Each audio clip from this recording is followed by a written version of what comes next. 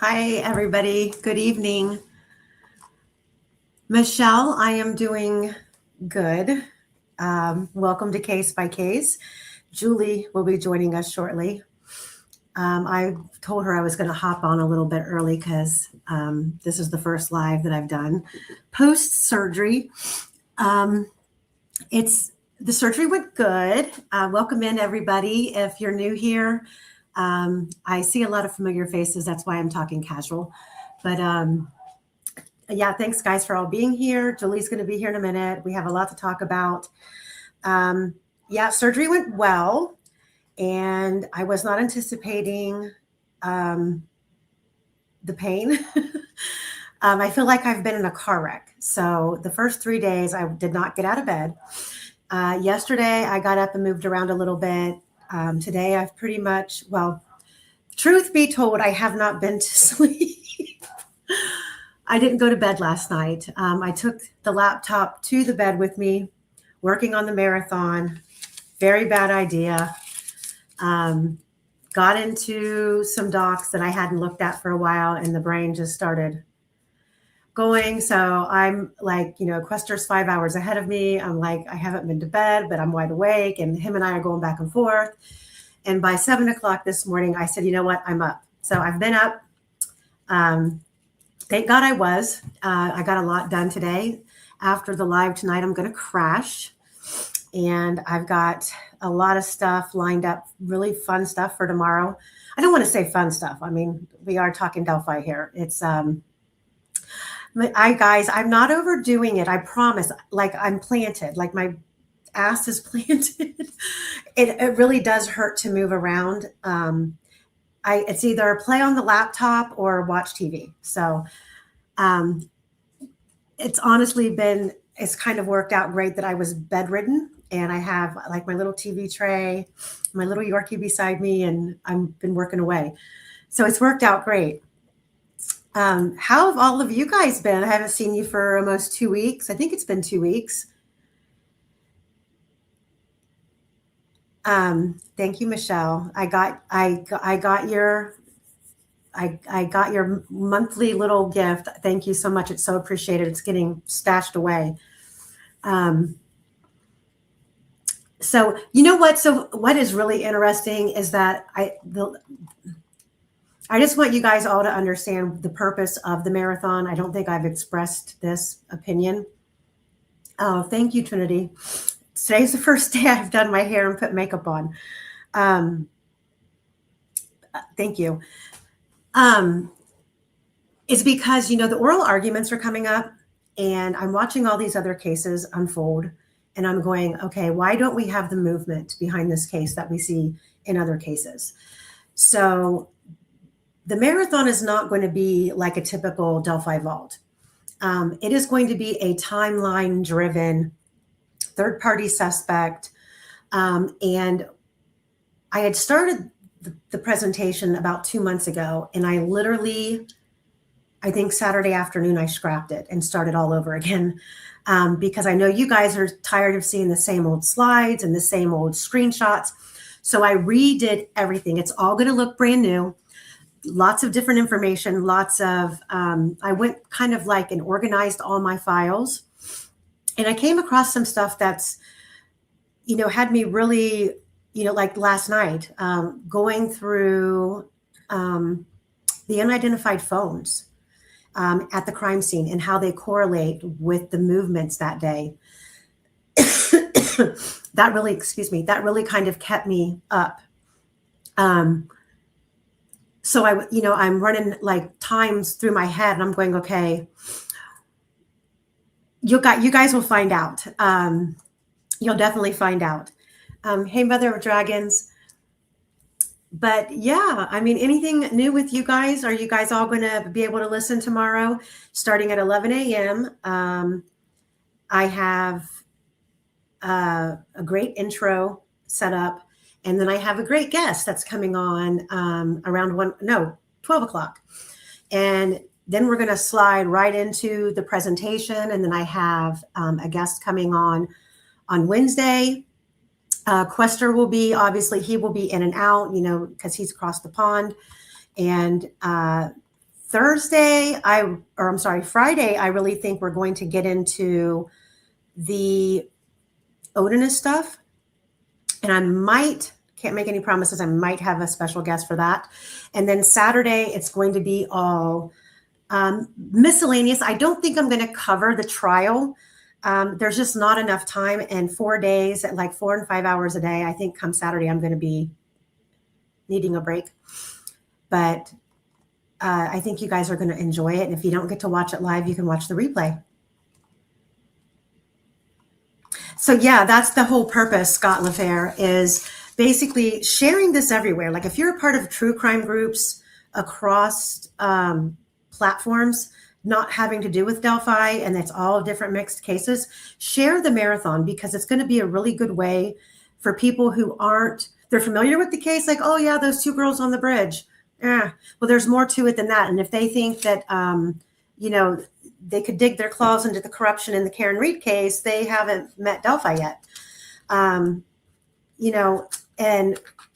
at this, we're at a very vital stage here, because if they're not successful with this direct appeal, don't get me wrong, hope is not lost. We are literally just worried. We're focusing on the legalities of the case, how the case was handled. And I think we all can agree it was handled very poorly. Rick's civil rights were violated. Third-party suspect stuff was kept out. He was not allowed to put on a defense. I really, really hope, amongst the many issues that the appeal team raised, the appellate court is going to find one that they just can't let slide. But if not, then we go into post-conviction, and that's where it gets really interesting, because then a lot more cards are on the table, but that's a longer wait. That means Rick's sitting in prison somewhere, and we are all kind of just sitting here twiddling our thumbs. Let's see, Julie's messaging me. Oh. Julie Melvin, don't be nervous. Get your butt up here. You guys all know who Julie is, right? I'm gonna introduce her and let her introduce herself. Oh, really, Trinity? Thank you so much. It's because because the media, Trinity, or who is this? Mary asked, how can they not see how corrupt this whole thing was end to end? Well, first of all, the media doesn't report it that way. Thank you, Big J. Miss you. Love you. You did. Good girl. Good girl. And the trial wasn't televised. And I think that's why. I mean, if this trial would have been televised and the world could have seen how this trial was handled, people would be outraged. And and I find it absolutely hilarious that Judge Gall was one of the judges who was working, I forget what it was called, but she was actually in support of cameras in the courtroom in Indiana, when that's normally not the norm. But with this case, she said, no. Yeah, Leah, you're right. People would have lost their shit if they would have seen the way this trial, this case, the treatment of Rick Allen. So the only place they're going to get it is from creators. So share, and hopefully we can build between, we just need to keep building, because if this goes back to court, we need the public pressure outside of Delphi. We need the world pressure on Indiana to make a change. Cameras in the courtroom, transparency. Yeah, they do. They do stream in Indiana. And Judge Gall was all for that. But for this case, she said no. And, it was pretty much anything Nick McClellan asked for, he got. I sent you the link. It's in your Facebook. It's in your Facebook Messenger, Julie. So share it, get people interested in the case. And that's all that we can do as the public. That's really all that we can do. Hi, Michael. Welcome home, Michael. Julie, if you're listening, I sent you the link.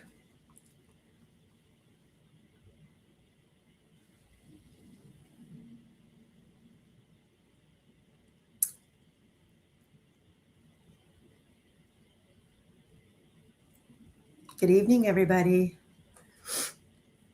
Welcome in, guys. Hey, Skin. Angel Eyes. Hi, Steve. How are you? I've been seeing you've been getting some trial coverage in over there. Good for you. Drop your stream. Everybody go to sub to Angel.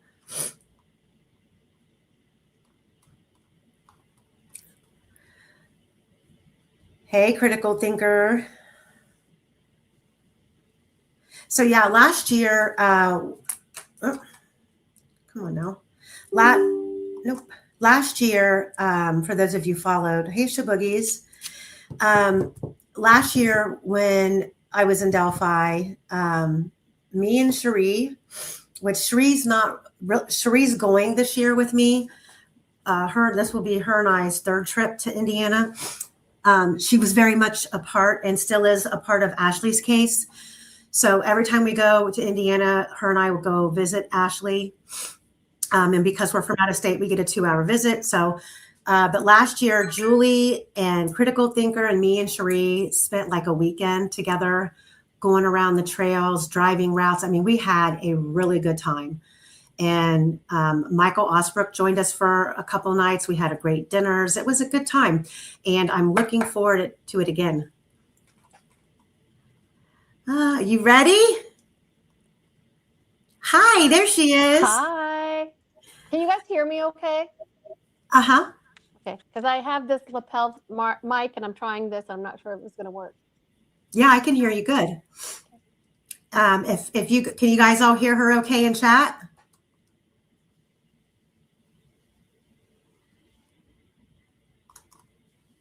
I think they're all saying yeah. So if you guys, everybody's like, we love Julie. We love Julie. So I hate wearing readers. This is what happens when you get over age 50. You can't see shit. Well, I'm 25 and I need readers. This time of day, they stay on the whole time because my eyes at this point are crossing. You have had no sleep. I know. I don't know what I was thinking. Every time I looked up, it was like 2 hours later and I'm like, God bless America. What are you doing? Chester says, Amy, I watched the downhill documentary for the first time today.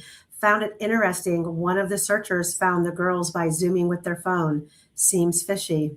Well, that's not really I think that's a Becky Patty story. That's not a story that we've ever heard a particular person claim. Yeah, I haven't heard that. Well, we know what happened in court. I know what happened. I know what my sister told me. So I don't know. Mm-hmm. So guys, if you are new to the Delphi case and you're joining and you're not familiar with Julie, Julie has been involved in the case since day one. Her and I over the past couple, he does not leave me alone when I'm on this laptop. So sweet. I love it. He's going to be sprawled out here in a minute on his back, feet in the air. Come on, lay it down. We love it. Animals, they attract so many people. Like, we love animals. He's my boy. But Julie and I, Breezy though, Breezy baby. Breezy will be coming to Delphi. This will be I can't wait to see Breezy. This will be her third trip. Breezy loves to go. She's in on my pillow right now, going, Mom. But over the past couple of years, Julie and I feel have become really good friends, and we're kind of like in a daytime soap opera voice recording back and forth all day. In between her giving epidurals. Oh my God, I'm so sorry. Like half the time it was like I get interrupted when we were talking. It was like, hang on just a second. I'll be right there. And Amy's like, don't you have to go? No, I have to get the patient's information. So don't worry, we can keep talking till the last minute. So Julie has been around the Delphi case since day one, and I'm going to let her give you guys, in her words, her background with the case. And take the floor, Julie. Okay, so for those of you that know me, you know probably my story, and anybody that's ever heard about me or read some terrible book, except this book. Okay. Delphi After Dark. Rick Snay's book. Yeah. Yes. Thank you, Rick Snay. If you're watching this, thank you so much. I've been trying to get a hold of you.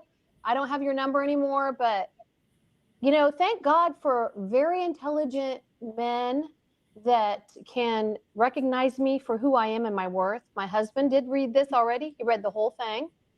And I called him last night and he said, hey, I said, hey, what are you doing? He's like, oh, I'm reading all about you. Oh. And so thank you so much for saying, I haven't read it yet, but my husband said that you did me justice. So thank you so much. So that book, that's a good book. The other one with the troll two couple, not so much. Okay, so I'm gonna. So you guys, I'm just gonna tell you about myself. I grew up in Flora, Indiana. I lived there until I graduated high school. I grew up knowing the family, Becky's family. And my sister, Diane, was married to Becky's half-brother, Bert. They had 2 kids together, Michael, and then later Cody. So long before these murders happened, I was already connected to them. We knew them very well. So when people come out, whatever, I don't know what they say out there, but yeah, I knew them very well. And yes, Cody, for a time when he was younger, my entire family was involved in his life. My sister had been married a couple other times, and there are people that are, I don't know if you want to say persons of interest or have been looked at, or affiliations with Derek German. Yeah, they were affiliated with Derek German, my sister's next husband, and some unfortunate circumstances occurred, and that is when Cody and his brother Michael went to stay back and forth with his dad and with Aunt Cindy Hartman. So I'm deeply involved in this case where, my sister, do you want me to tell you how I found out about the case, or I can tell you more? Well, so now that they know that you are biologically related to Cody. Yeah, Cody is my biological nephew. And by the way, I just want to say this. This was the first time my oldest sister got to meet Addie, and I was at the Bacon Festival just this past weekend, and I wish if there was one person there to dance with me, I would have been dancing the whole time. But there was nobody to dance with. But I was leaving, and I looked over, and I'm like, "That's Addie," and that's I don't know if you guys know that that's Cody's daughter. And I went over to her and I introduced myself. And this was the first time I met her. And she could not have been sweeter. She was. How old is she? She's 14. And oh my goodness.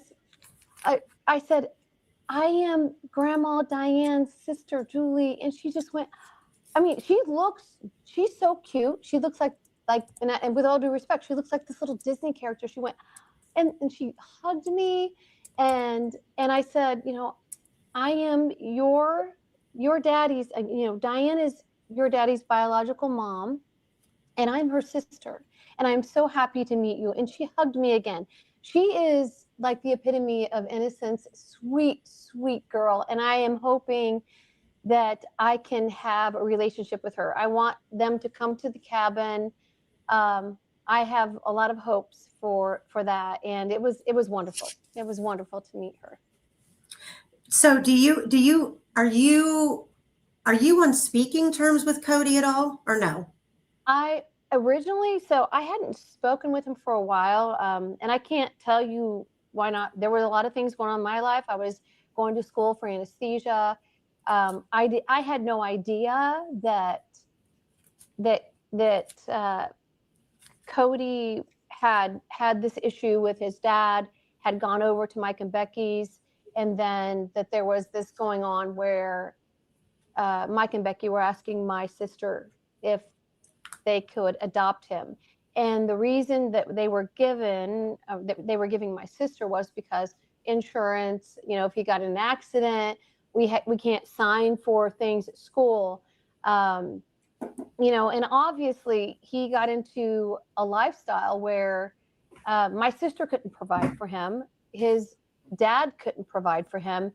And with Mike and Becky, they had a lot more money compared to my sister and her brother, and, you know, offered him the world. And so they did many times call my sister, and then finally it was 3 of them. And my sister's like, okay, you can adopt him, but he's still my son. How old was he at that time? I think he was like between 12 and 13. And how much older than was he older than Kelsey? Yes. Do you much know, older. I don't. Okay, so let's see. I think he's 38. I don't know. I can't. I'm not sure how much older than her that he is, but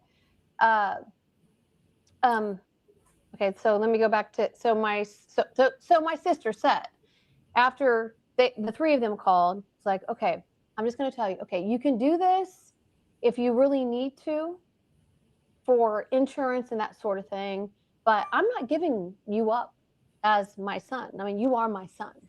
And I'll do this, but you can never change his name. And that was, you can never change his name from Cody Hartman. 1 year later, they changed his name. And it went from, and I'm just, hey, this is everything that my sister has told me, okay? So if somebody comes along and says, oh, it's not true. Well, my sister lived this, okay? So she talked with them. And so, oh, Mom, don't worry, Mom, I'm not going to do that. 1 year later, his name was changed from Cody Hartman to Cody Patty.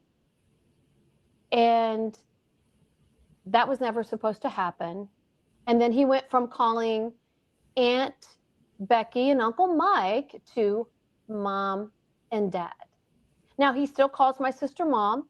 He still has communication with her. He still goes and sees her and visits her.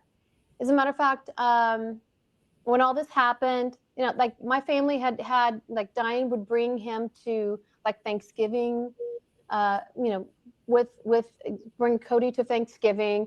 So off and on, we would have contact with him. It wasn't real close contact, not like something like I grew up with very close to my family, not something that I desired so much more. I still have a picture of Cody and Dustin and Michael when I lived on Lake Freeman in Monticello. And, you know, it's the delight of my heart to always connect with my relatives. I don't ever want like that distance between us. And I remember not even realizing at the time that Becky was adopting Michael, or excuse me, Cody.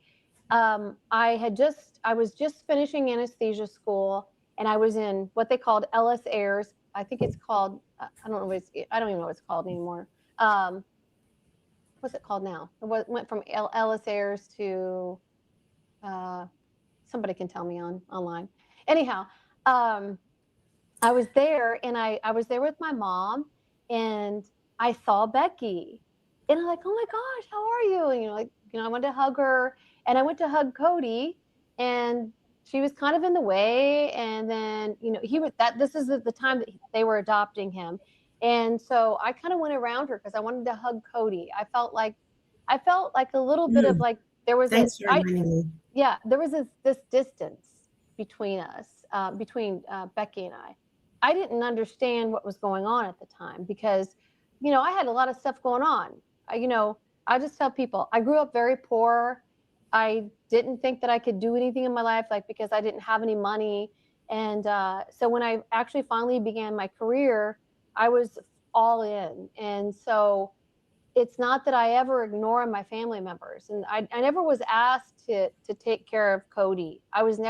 Nobody asked me to do that. So I just want to make that very clear too, because that's something that's been said out there.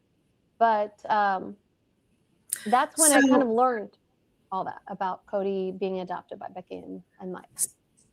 So after they adopted him, did he I mean, how old was he when this happened? I mean, I think he was out of high school, wasn't he? Working a Yeah. full-time Oh, job yeah, in yeah, yeah, yeah, Germany. yeah. I think it was like 28.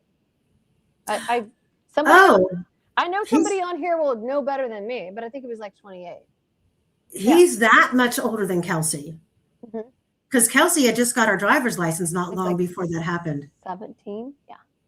Yeah. Yeah. So that's like 9 or wait, 10 year or 11. Sorry. If she's Wow. 17 at the time, and then, yeah, he would be 11 years older at the time, something like that. Chester is asking the kid on the Hulu doc that was talking to girls the night before. They asked him to join them for a hike the next day. Yes. That's Max Snowberger, right? That's Yes, not it is. Cody. Yes. Yes. Yeah, we have a little. I've got a little bit of a small little interview that Julie did with him, loaded to play here in a little bit. Can I tell you something about Max? When I first reached out to him, by the way, so everybody knows, because these trolls out there were like, oh, what is, at the time I was in my 50s. What's a 50-something-year-old lady reaching out to some little kid? Da, da, da, da. What? I know. I never reached out to Max until Hannah Shakespeare asked me to. And I prefaced it. I said, Max, listen, I want your father's approval. If I'm reaching out to you, I want you to let him know that I'm reaching out to you, and that Hannah Shakespeare from California, screenwriter that's considering doing a documentary, wants to talk to you. So approve this with your dad first, and then let me know if it's okay. And at the time, he's like, oh, my dad's right here next to me. He says, absolutely, it's okay. So I got the full-on approval. I'm not some weirdo that would just like message some young kid and without the parents' approval. So I just wanted to make that clear. So,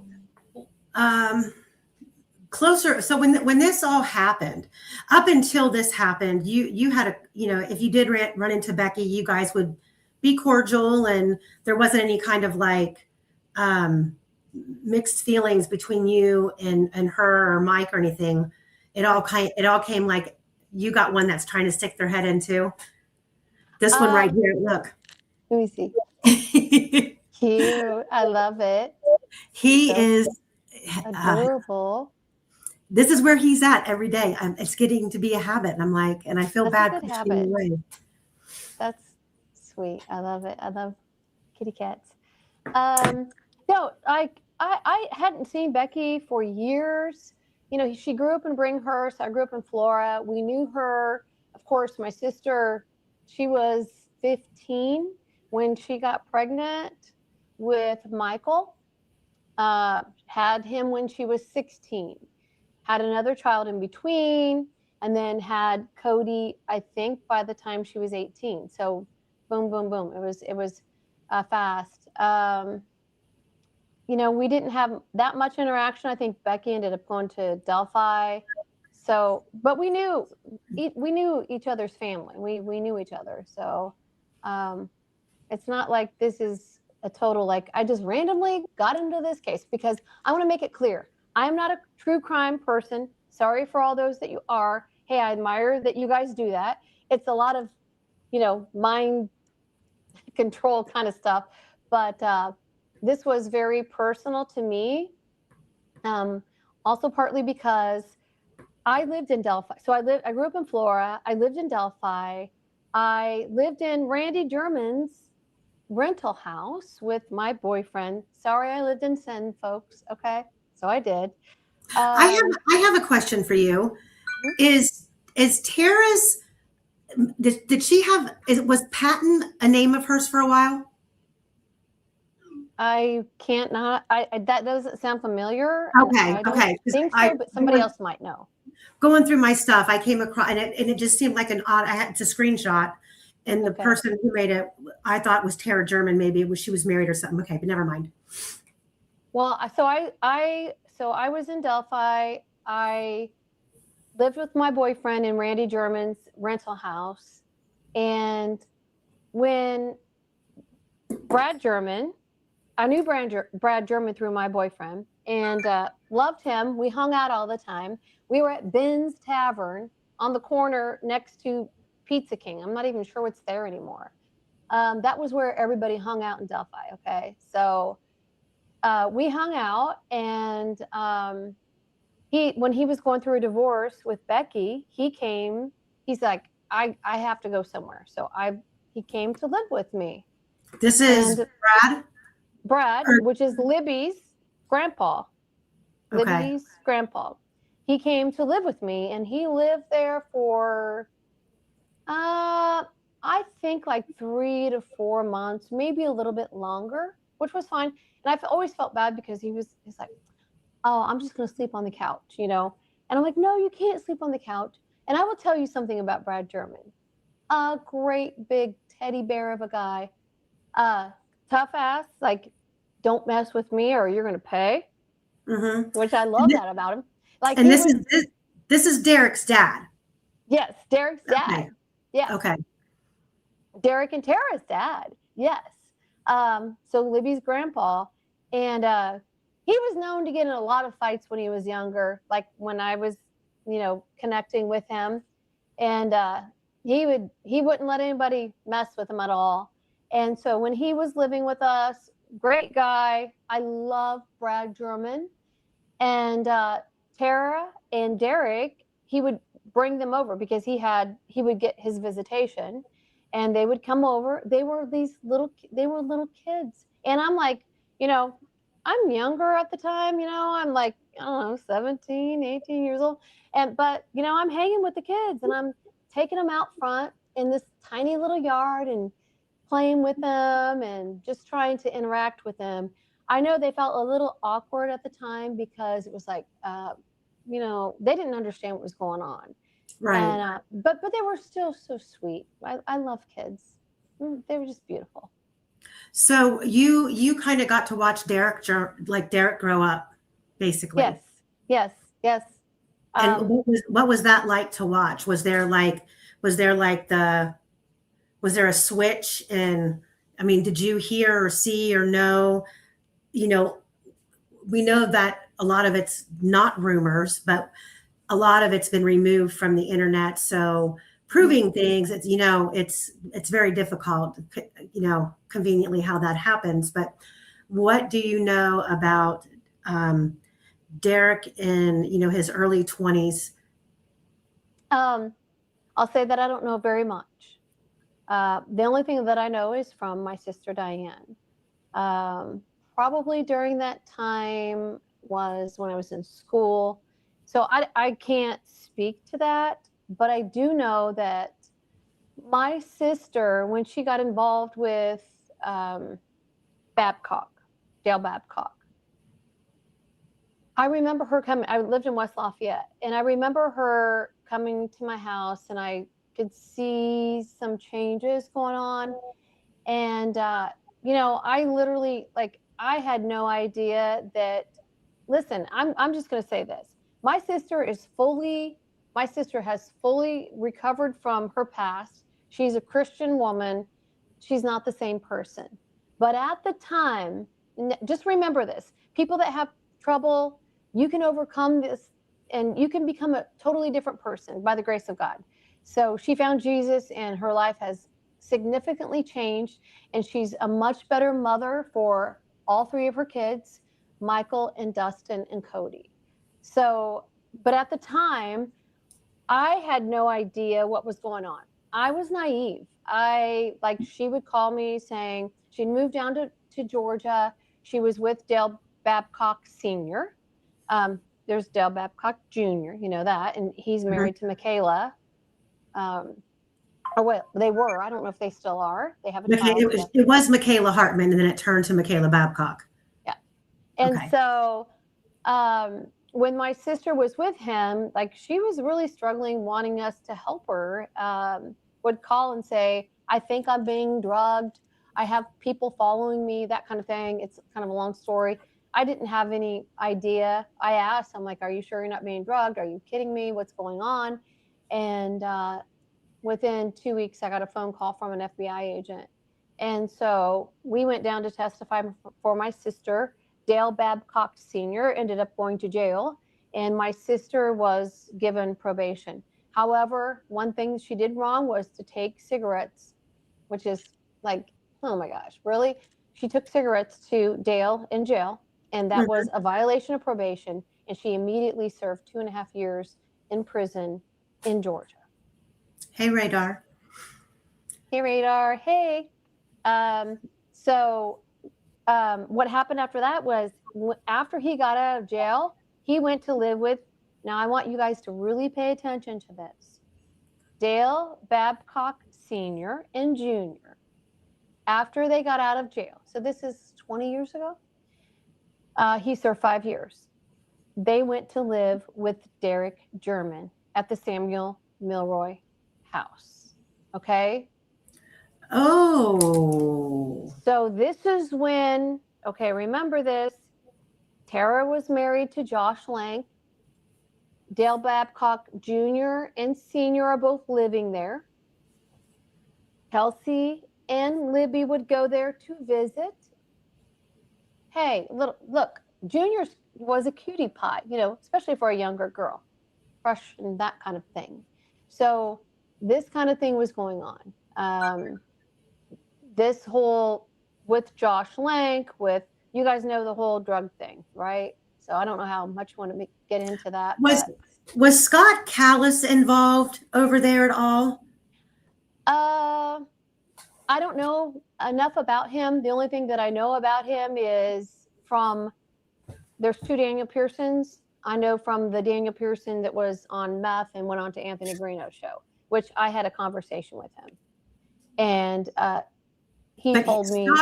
Scott is Keegan Callis's dad, who was supposedly with Megan Allen, Tina Rodell's daughter, out on the trails on the 12th. Yeah. Yes. Okay. Yeah. So there was Keegan, and then there was Tyler, and then we don't know who else, and there was Megan out there. Josh Weaver.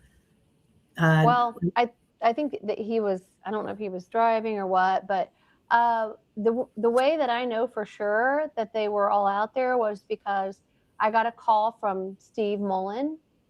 And I remember I was at work, I was in my call room, and Steve Mullen called me, and I said, what can I do for you? And he said, you know, I need you to bring Tina Rodell in, and we want to talk to her. I said, well, okay. Yeah. But back up. Why would, in that whole scenario, why would Steve Mullins call you? Was there a connection between you and Steve, or? There was no connection at all. So I need you guys to know that law enforcement was fully paying attention to Facebook, to messenger groups. There were people already trying to send whatever they could find into law enforcement. So back then, I had no connection to him at all. Tina Rodell back then was very vocal.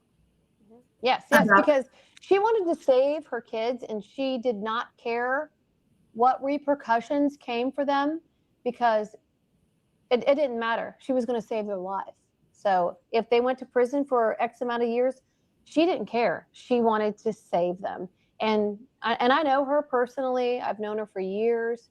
She's a person that wanted to save her kids, and whatever it took, that's what she was going to do. Guys, if you aren't familiar with the Tina Rodell, that was like the Kokomo crew, the group that was out there on the 12th, supposedly stayed the night. We're going back and forth from the trail system up Deer Creek to Tyler Joe French's stepdad's property. There's a video of us locating that property last year. That's the whole fish tank. Mm-hmm. Fish pump story. Fun. It was so fun. Cherie wouldn't get out of the car. April's like, here, I'm taking this. It was scary, but it was fun. But so they were reportedly going back and forth. I cover a lot of that. And you can either screenshots and conversations and pictures of all of them in the Delphi Vault 1 through 3, because I started at the very beginning and I covered that. So if you're not familiar, that's the great thing about the vault. You can always go back, and we've covered something along the way that you may have missed. So So Steve, so he must, so they were watching you on Facebook. You had not talked to him at all before he called you? No, I had not talked to him at all.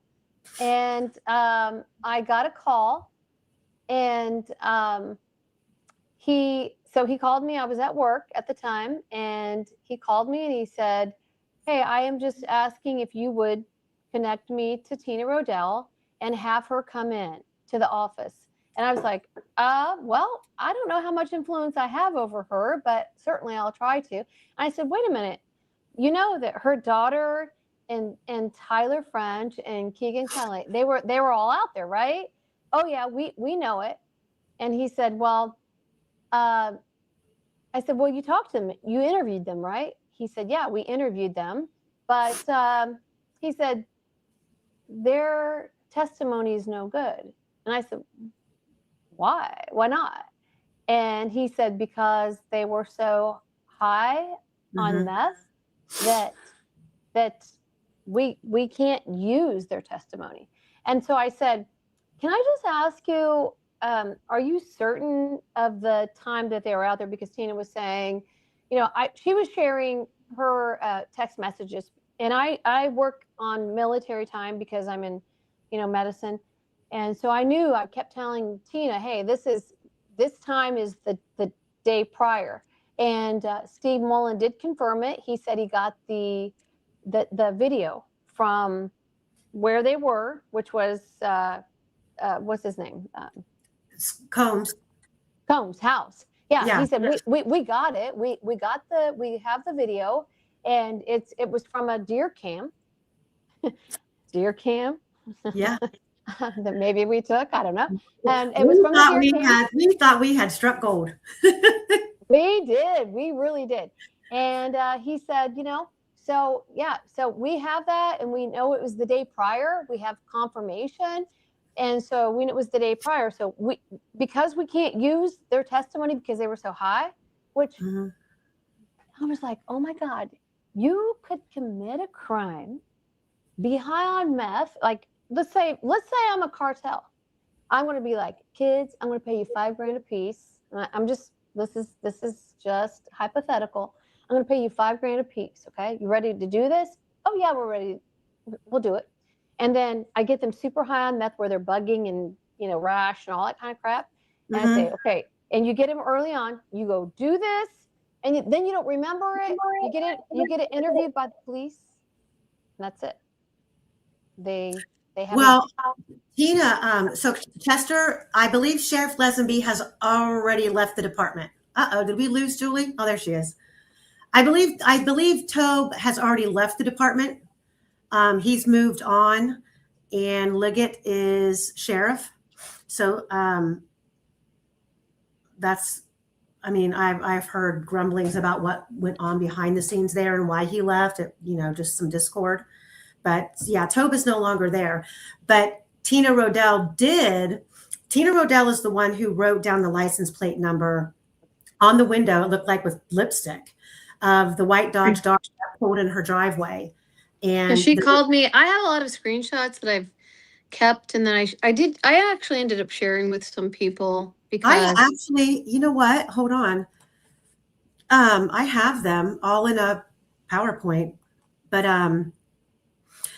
there are phone calls after midnight on the 13th that Megan, I have the screenshots of the phone calls of Megan. I think it was Megan trying to call her mom, but Megan was so messed up. Megan was gone from the 12th to the 15th.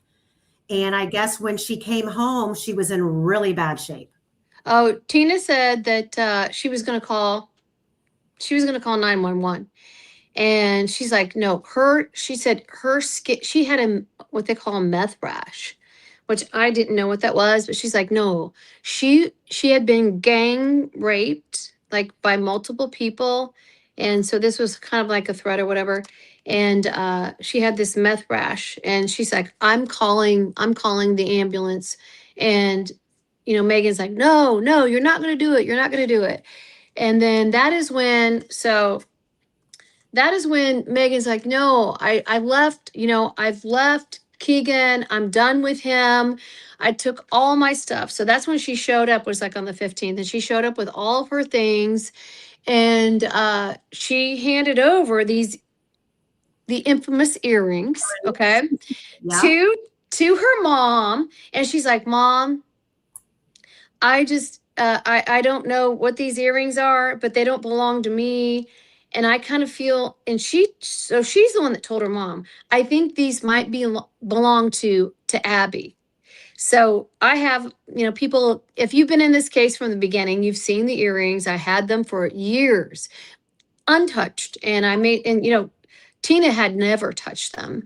And I kept them. And actually, I called the FBI and I gave them Tina's number and I reported these earrings. I said where they came from, that she had no knowledge of them. And as a matter of fact, I sent them to Becky. This is when Becky was still talking to me, by the way. I sent them to April. Becky.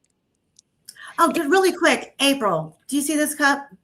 That's cute. So I had a white marble Stanley cup that my daughter bought me. It was like a cup. I would never spend that kind of money on a cup. But she bought it for me. So it was, everybody at work knows don't touch Amy's cup. Go to Myrtle Beach. Had all my stuff in the pool, went upstairs, came back down, my cup's gone. So Mike had to go, because I have to have my ice water. Mike had to go buy me another cup. So I was commenting because able to stay hydrated. Okay, sorry, Julie, go ahead. So where was I? I was talking about the earrings. Oh, the earrings. So the earrings, so I reported them to the FBI. I gave them Tina's number. Tina said she never got a call. She still didn't know where they were from. My personal opinion was when I looked at them, they absolutely look like, earrings that would be like when you first get your ears pierced. They're kind of like, they're not like super cute and dainty. They're kind of like little hardcore little posts. And so I was like, okay, maybe these are from a guy or something. And so I didn't know for sure. So I never got a call back. And I did ask. I sent a picture to Becky. She's like, oh no, those weren't Libby's, because Libby had her ears pierced. This is what she told me when she was talking to me. Libby had her ears pierced 2 times. So once, and then she let them grow back, and then another time, and she let them grow back because of all her sports. She just couldn't keep the earrings in. And so I sent them to, I can't remember the person, but I sent them to somebody that was in connection with Anna. And I said, can you send these earrings to Anna and ask her if they belong to, why is Tina, did she have an arrest? I didn't, what? So she sent the earrings to Anna. And Anna said that she couldn't be sure. She wasn't sure. She's like, they could be Abby's. But they're dangly earrings, right? No, they're post. There were 2 post. I still have the picture. At some point, I'll get them to you. No, they were.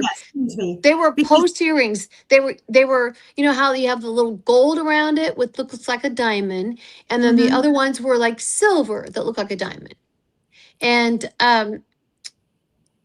I wonder if we can see if Abby has on earrings in the car. That would be good. My personal opinion is like, probably not. I never touched them. Although you're, oh my, what? Tyler? Wow. Tyler was a good looking guy. He has a lot of different looks there, though, almost like he's trying to be in disguise. Yeah, he's a good looking kid. Yeah, I don't know, Stephanie, if Anna was sure of anything. The belt, the earrings, if, Abby had a backpack, Can I talk? Let's talk about the belt. Let's talk about the belt. The belt? Yeah. Well, I have a surprise for everybody because I have a picture of the belt. How well known was that to everyone? I don't know. Hold on. I wanted to show you really fast. This is Michaela Babcock talking about Garrett Kurtz. Yes. It's a big deal. All this Tina Rodell stuff. And then there's phone calls. This is Josh Weaver, who was reportedly out there. Christy Martin, who Derek German snitched on. She did, I think, a stint of like 10 years, or maybe not quite 10 years. But there's all these messages. If you go back to the vault 1 through 3, I think they're all in here. But there are phone calls right here from Megan. No, but you see, pay attention to the time, 0213, February 13th. So that is after midnight. That is that's actually, you start February 12th and you go into the 13th before the girls are there. It's 2:00 in the morning on the 13th. The girls were not there until what, 1:46, whatever, PM on the 13th. So it's the wee hours before the girls showed up. I'm just wondering how they were getting back and forth, because there was, and you never know. Sometimes I feel like it's kind of like the whole Ron Logan had a pig roast, hog roast militia event at his property on the 12th. You hear all the talk, but I've never come across anything where anyone says I was there, I was invited, any kind of proof. Just like you hear about all these things that were going on under the bridge on the 12th. You've got, this group, this Keegan Callis, Tyler Joe French are all supposed to be a part of the Kokomo crew. Gabe Ellis was in that group, and Derek and Gabe had gotten in trouble together quite a bit. Prater got in trouble with them. And there was supposed to be like an initiation under the bridge. If that is true, and they were, and I know that I've been told, I've never seen the photograph. I've heard about the trail cam, that they were caught on the trail cam kind of coming and going. But I've also heard about a picture on the 12th of a group of them on the bridge, but I've never seen it. But I'm curious how they were getting back and forth, because, they would have to go Creekside all the way up. Are you saying trail cam at the residence where they parked the car? That's where Combs. Combs. Steve Mullen told me that they were on that trail cam at the residence. I just want to say something. A couple things. People asked me if I was in the search. No, I wasn't in the search, but my sister had called me. My sister had called me on the 13th when they were missing. I was at work. She told me that Cody. Can I say this? Is that okay? Let's finish Tina Rodell, then we'll go into. Okay. What were we talking? Collins told you that they were on the trail cam at Steve Combs' property. Yes, at Combs' property. He told me when he called me, I was at work. So this is out of chronological order, but he called me and I said, "Did you not talk to these kids?" He's like, "Yeah, I did talk to them." He's like, "Yeah, we do have them on trail cam. So we have them on trail cam on the 12th. So into the wee hours of the 13th, which is the 2:13 that you just showed, it shows that that's when they were there. That's when the kids were there. Not, and Tina was thinking that they were there the night of the 13th into the 14th. And when I was looking at that, I kept saying, Tina, no, it says 0213, and this is on, February 13th. That tells me they were there starting on the 12th into the night of the 13th, which is approximately 12 hours, less than 12 hours before Libby and Abby were on the trail. Chester, the trail cam was probably with the first 70 days of evidence stored in a vault somewhere, to be honest.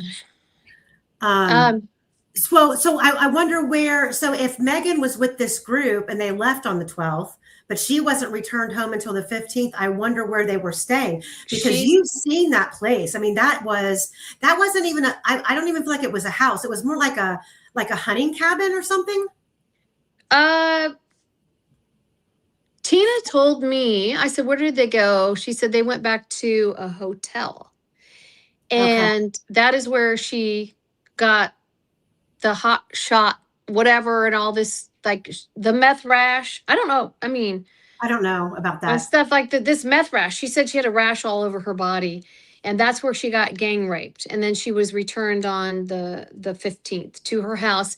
And she's okay. So I'm like, okay, if she's gang raped and she's showing up and she's totally out of it or whatever, or just coming to on the 15th, but yet she has all her things. How did she have the wherewithal to have all her things? Well, because Keegan was going to sell her. And Right. so she had to move all of her things because she was going to go to a guy up north in Rensselaer. She was going to be sold to the next person. That's why Tina was so desperate to tell on everything that she knew about her daughter. She's like, I don't care what it takes.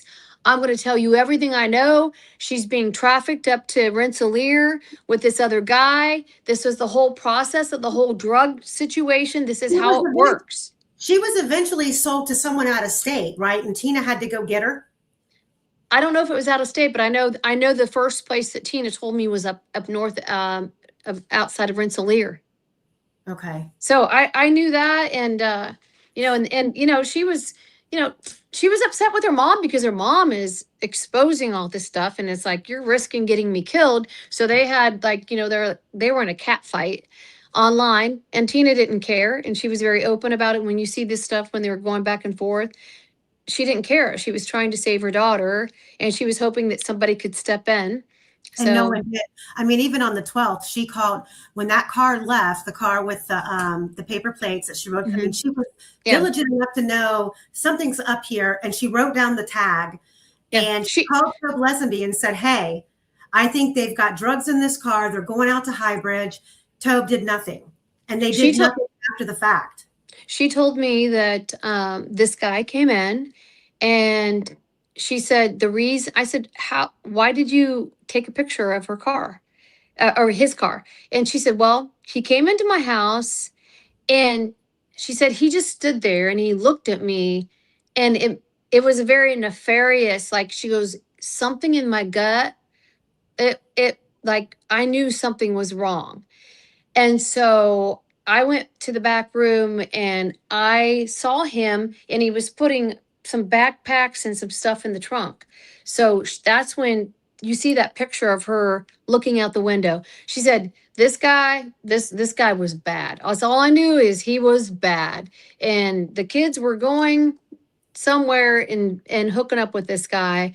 And so then what transpired was, Megan ended up on the trail. They were on the deer cam. Everything that she thought was going to happen, it sounds like it did happen. It was confirmed through Steve Mullen, law enforcement, that sort of thing. So, okay, now we're going to go into the 13th. Do you get a call from your sister on the 13th? Yes, on February 13th of 2017, I got a call from my sister, Diane. She had already spoken with Cody, and she said, hey, this was closer to 6 o'clock. She said that Cody just called me and said that Becky had called him when he got off of work around 3:30 from Lafayette. And he was on his way from work as soon as he got off work. And Becky had told him, I need you to meet me at the Monon High Bridge Trail because Libby wasn't answering her phone, and she and her friend are missing. So this is what he conveyed to my sister. Oh my God. Your cat just yawned real big, and it looked like a panther, like an evil panther. He's like my baby panther. That was cute. So then my sister's like, so Cody had told her that. Good, Jared. Catch it on the replay. Big J, I'm getting there. They're stressing about this belt. Because I want to talk about. I want to talk about this belt. Well, I knew about this belt back in 2017, folks. Okay. We will. But there's a reason why I'm holding off, because remember I told you earlier I went through your stuff, and there's a video and it kind of correlates with that. So okay. That's news to me. I'm going to find something. I'm searching for it. I have so much stuff. I had to buy this laptop here that has a terabyte of information because my daughter's like, oh, Mom, 256 gigs is fine. I'm like, no, I need a terabyte. So I just got this. No, Yeah, Yeah.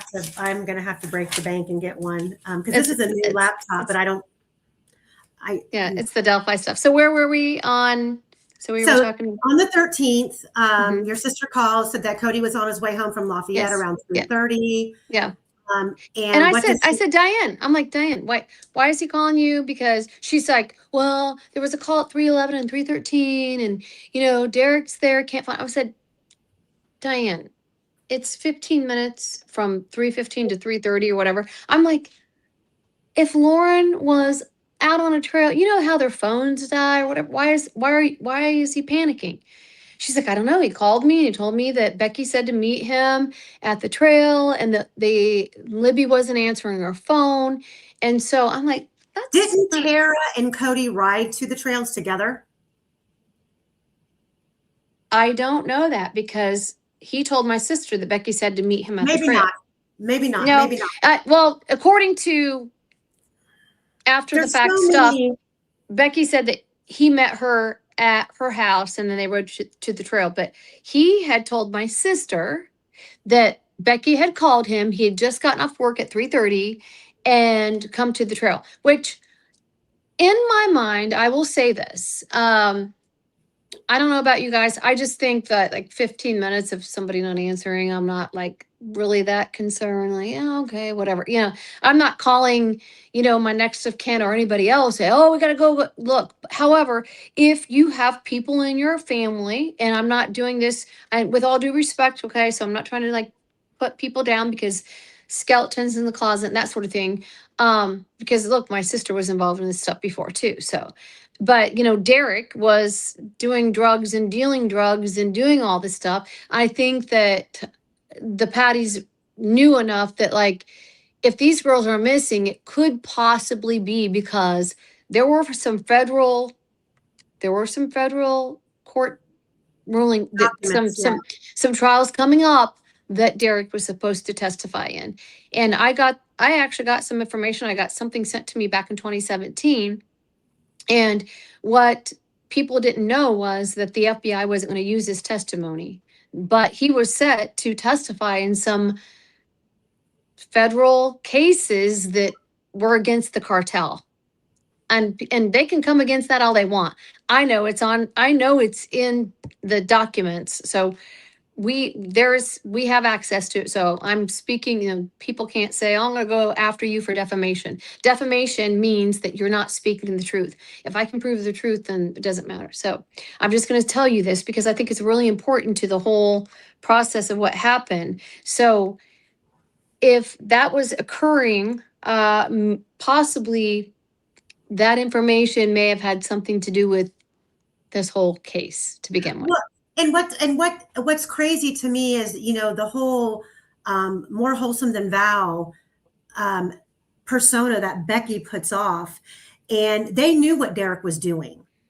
Yeah. And he was doing it under their roof.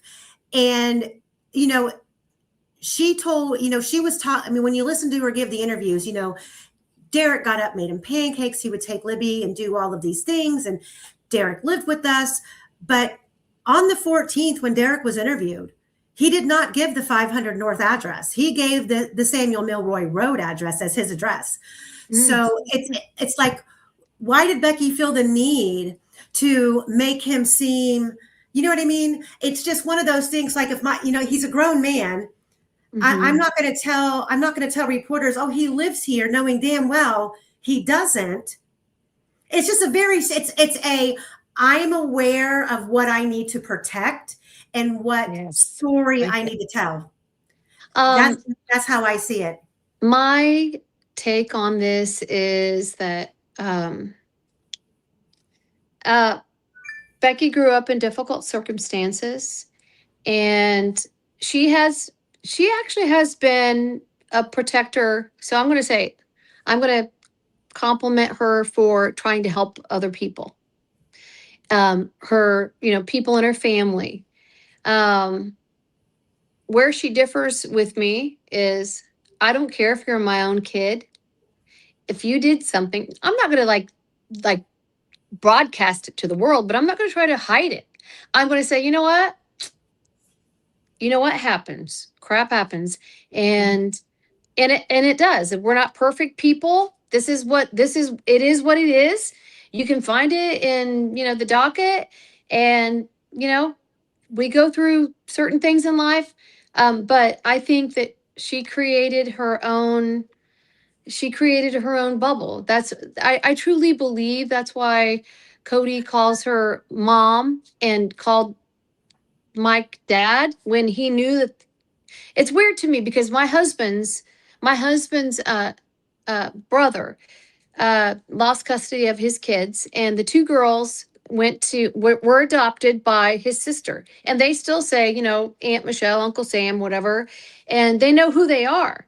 But so to me, it was strange. Like, you're adopted, but you're still in the family. And my sister even said, "I'm still in your life, Cody." "Oh yeah, you're still my mom."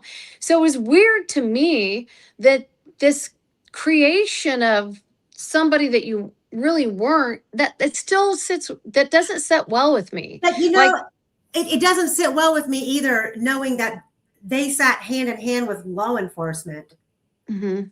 and law enforcement allowed that whole bullshit, that whole persona to be portrayed. So you're Never getting it. You Yeah, got it. yeah. You see this bubble? This is a bubble.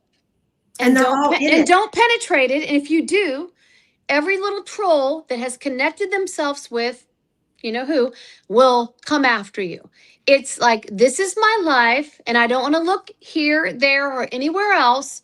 Don't penetrate it, because this is all I want to see. And if you do, you will pay the price. We will send every single mean ass troll after you, try to take you down, which is what they tried to do to me. They tried to, and I don't want to say anything bad about anybody. It's like the facts right here. The facts are the facts. And that's all I'm here to. Like, I was there to walk the grounds, look at things. There were things I knew. I was trying to be very careful about things I knew. I'm not a type of person that comes and wants to outs person and outs, like, say, "Oh, they're just terrible people," because every person in their life, we all have issues that we go through. Nobody's perfect. We all have struggles. I understand that, but Hey, man, Veronica. Hey, Veronica. I was very much attacked. So yeah, there's a little bit of, I mean, when you go through the CAD, and I get it, Mike's just if in the real world, Mike's just getting off work. He's calling his buddies at law enforcement. He's saying the girls were dropped off at 1. The stories are a little bit discombobulated. But there are a lot of witnesses that do report a white station wagon at the Mears lot before 3:00. Mm-hmm. And Derek testified that he called Libby on his way as he was crossing Wilson's Bridge at 3:11.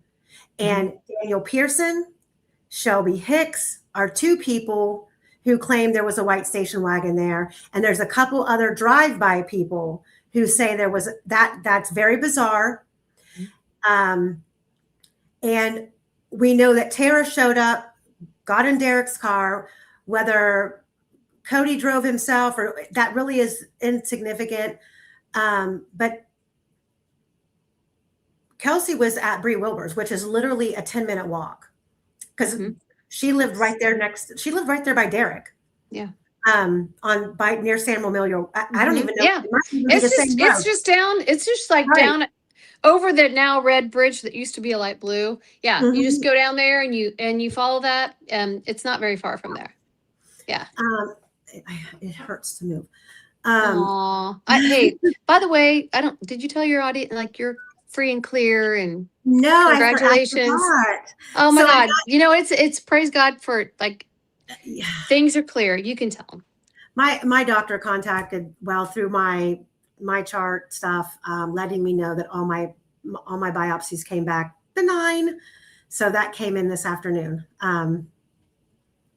Yay. I think that's awesome.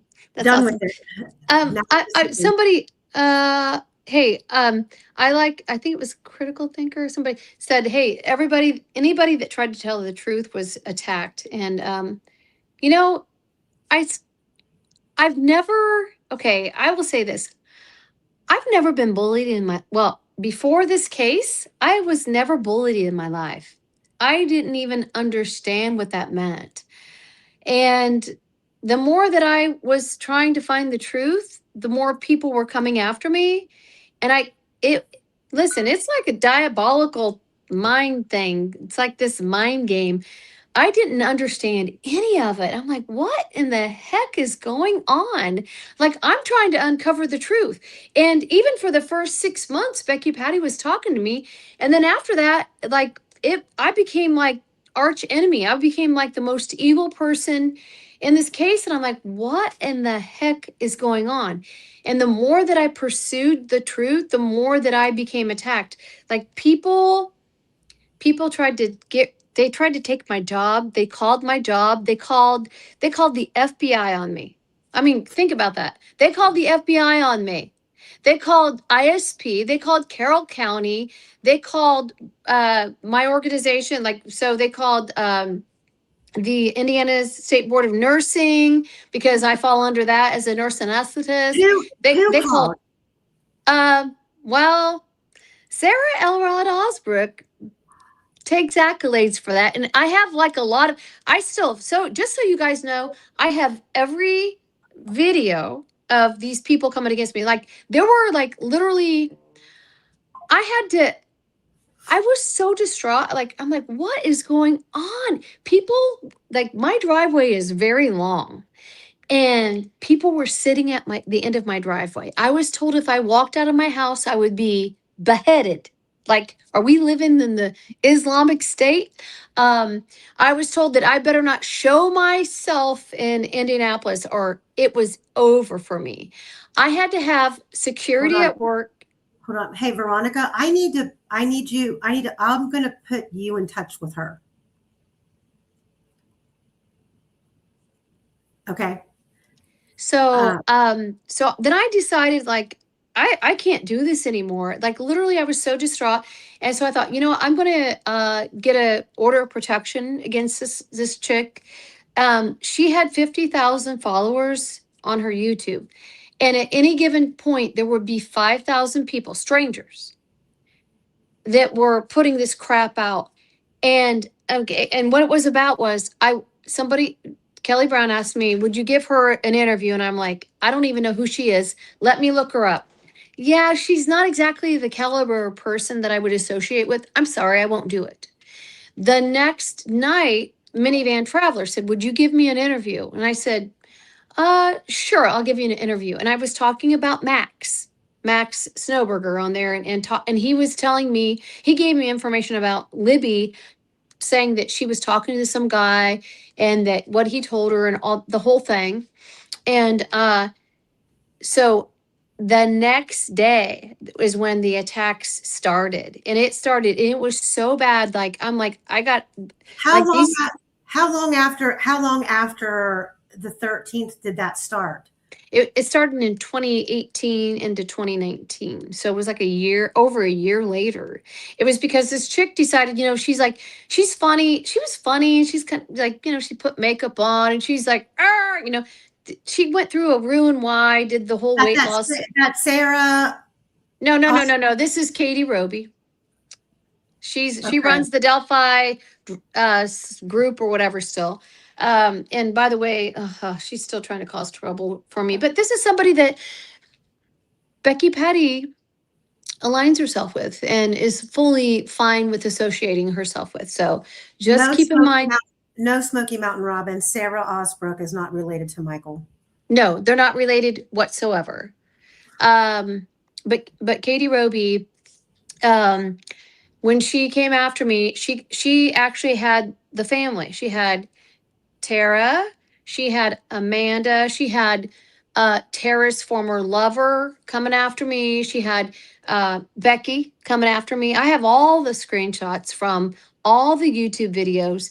And I'm like, this has to stop. So I went to Prevail. And if anybody's being bullied, if you have a bullying issue, you can go. And if you're in Hamilton County, you can go to this organization called Prevail.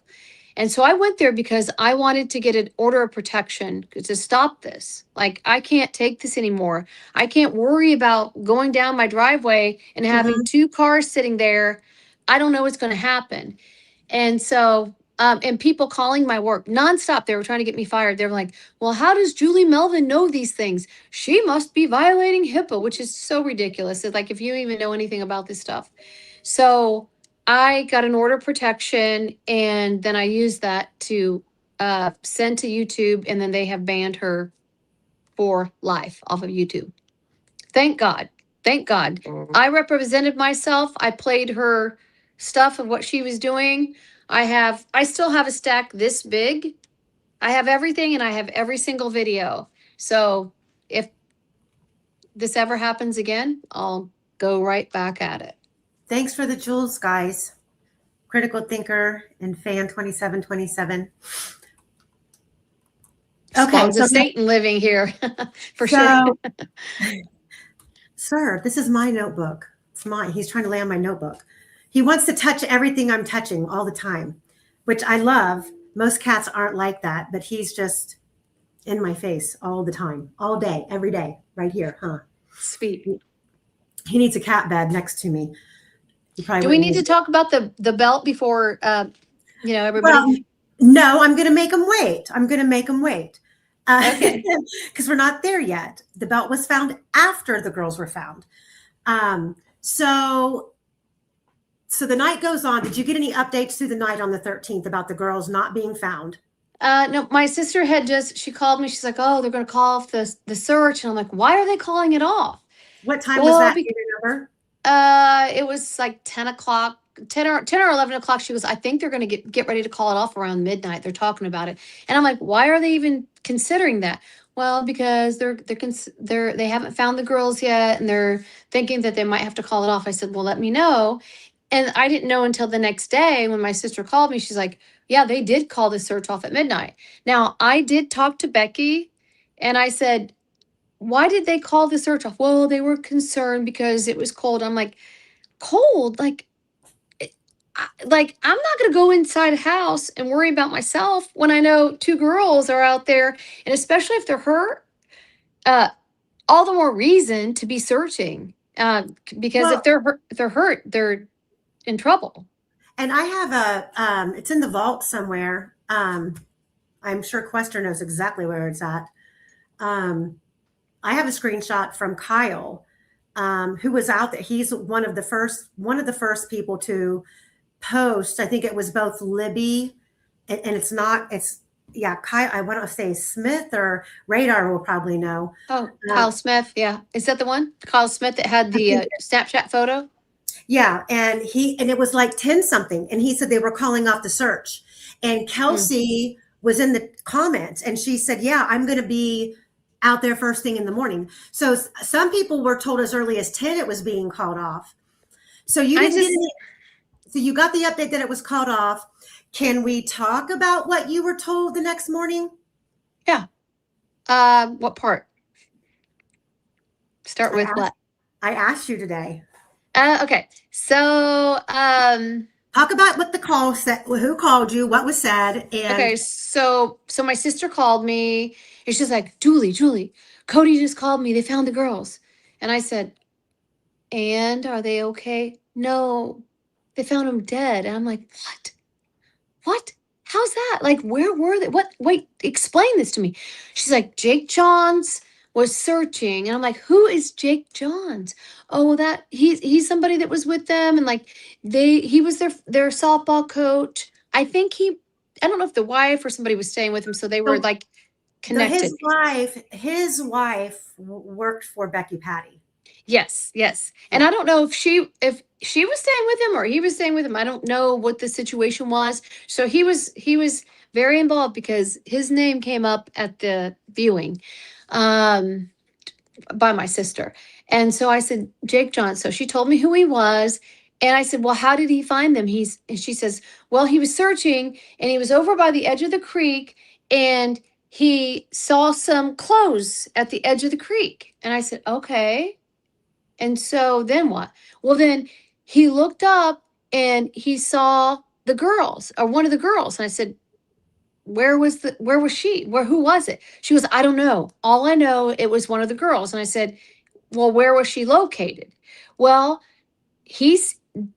Cody was told by Jake Johns that one of the girls was half in and half out of the water, and the other one was a little further up the bank. I said, oh, okay. I said, where were they then? Like, how were they not found before? Where were they the night before when we were looking for them? She's like, well, Cody was talking to Josh Link, who used to be married to Tara. And by the way, he's the one that got Mike Patty the canoe. And he said that, so this is not some random person gossip, okay? This is somebody that was actively involved, that was connected to the family. We're talking about Josh Lank. It's not like he's just talking off, whatever, shooting out his mouth. And he said, he told Cody they were in a cabin the night before, and then they got away and ended up at the creek side. Like that's where they were. How would he know that? Was there any kind of Julie? How would he know that? Okay, okay. I want you to think about this. Who is Josh Lank actively working hand in hand with? Mike Patty. Okay, Mike Patty knows everything that's going on. He did the grid search. He was responsible for doing the grid search. Josh Lank got him the canoe to go down the creek. So it's not like he's some random person. Whatever he was saying, it was so significant that when somebody else repeated it, he said, "Don't you ever mention this again, or we're going to come and burn your place down." And then what?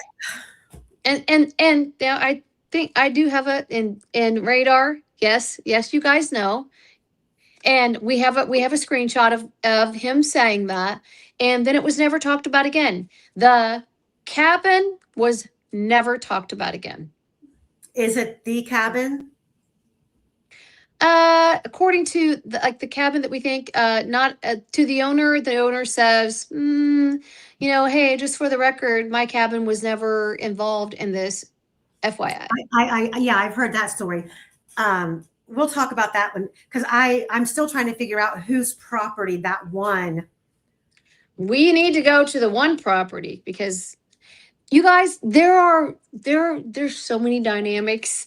Like there's so much information that seems so unimportant, and then it's the missing piece that you're like this ties into, like the train guy, there's places around the property, I mean, and there's people, JD Dickerson, her stories, and she's contacted Teresa and her family members that live right there by the trail. We don't know if they have a little cabin or something there. We don't know, or if it was torn down. I would like to go over that way when we go. I'll get a hold of her when we're there. I mean, I want to go. I'm going over there. I don't care. I'll take the chance, and we'll put the clothes on to protect ourselves from the nettles, and we'll go. So there's that story. And now I'm going to play. A lot. So, guys know Julie's got some videos up from not long after the girl, I don't know how many days, or the FBI, she was stopped by the FBI on the bridge. I was stopped. So the first time I was stopped was on that Friday. So if Tuesday was the 14th, right? Is that right? So 15th, 16th, 17th. I was there February 17th. Actually, Ted went with me. And I was there to meet Jenica Combs, which is Jenica Keeler now. She got a hold of me right away, my sister and I, and we formed a little messenger group. All the groups were being formed right away. Actually, the night before the girls were found, there were Facebook groups being formed, and Tara was actively talking with young girls that had seen the few girls that said, "Hey, we saw them on our way to City Park." I think they said Cutie Park, but they meant City Park. It was a typo. And so I saw those messages early on. And then there were multiple face groups that were being formed about this. And then the news was coming out in Indianapolis and around Delphi, Lafayette, all that. That hey, they were looking for girls, and you can see that if you go to YouTube, you can see all the news organizations covering the fact that the girls were missing, and everybody's out there looking for them. Okay, so do you know where the cabin, the cabin that the owner said my cabin wasn't involved? Do you know? Yeah, I know exactly where that is because I was at Kay Weber's place. Just a quick fun. I mean, Kay Weber. When I went to the property the very first time, I took Ted with me, and it was when I walked all the way across the bridge. It was the third week of March, 2017, and I had Ted go with me like a few times, and we covered the whole thing. We went to the end of the bridge and walked down the hill. I could clearly see where down the hill was. By the way, it wasn't that little sliding path. Look, I'm super agile. There's no way that anybody could go down the hill and walk without tumbling down that area where in court, if anybody went to court, they're going to try to make you believe that these girls slid down this little section. And no, they went down the hill. There's a clear path down the hill. You can hold on to a tree limb and all that stuff right by the bridge. You go across the driveway, you go down further, and you go down to the creek, which is, you know what? Follow the path. I've got it right here. Hold on a second. Trying to get to it. You follow the path of least resistance. That's all I did out there. It's like easy. You go down the hill, you go over to the creek. When I was there, we got to the creek side. It's in my videos. And the only reason, by the way, you guys, I had no intention to be like, okay, I'm going to put this on, YouTube. I tried to put it on Facebook and it was too long. And so I put it on YouTube. And when my husband and I were there, the FBI pulled right up in the driveway and they called us over right away. And I'm like, uh-oh, okay, so we are in trouble. And immediately they asked us. Funny. Oh, the way that it's showing? Oh, yeah, well, because I'm using Microsoft Edge, so it runs a little different on here. And it's not letting me like maneuver the way that I normally maneuver. So,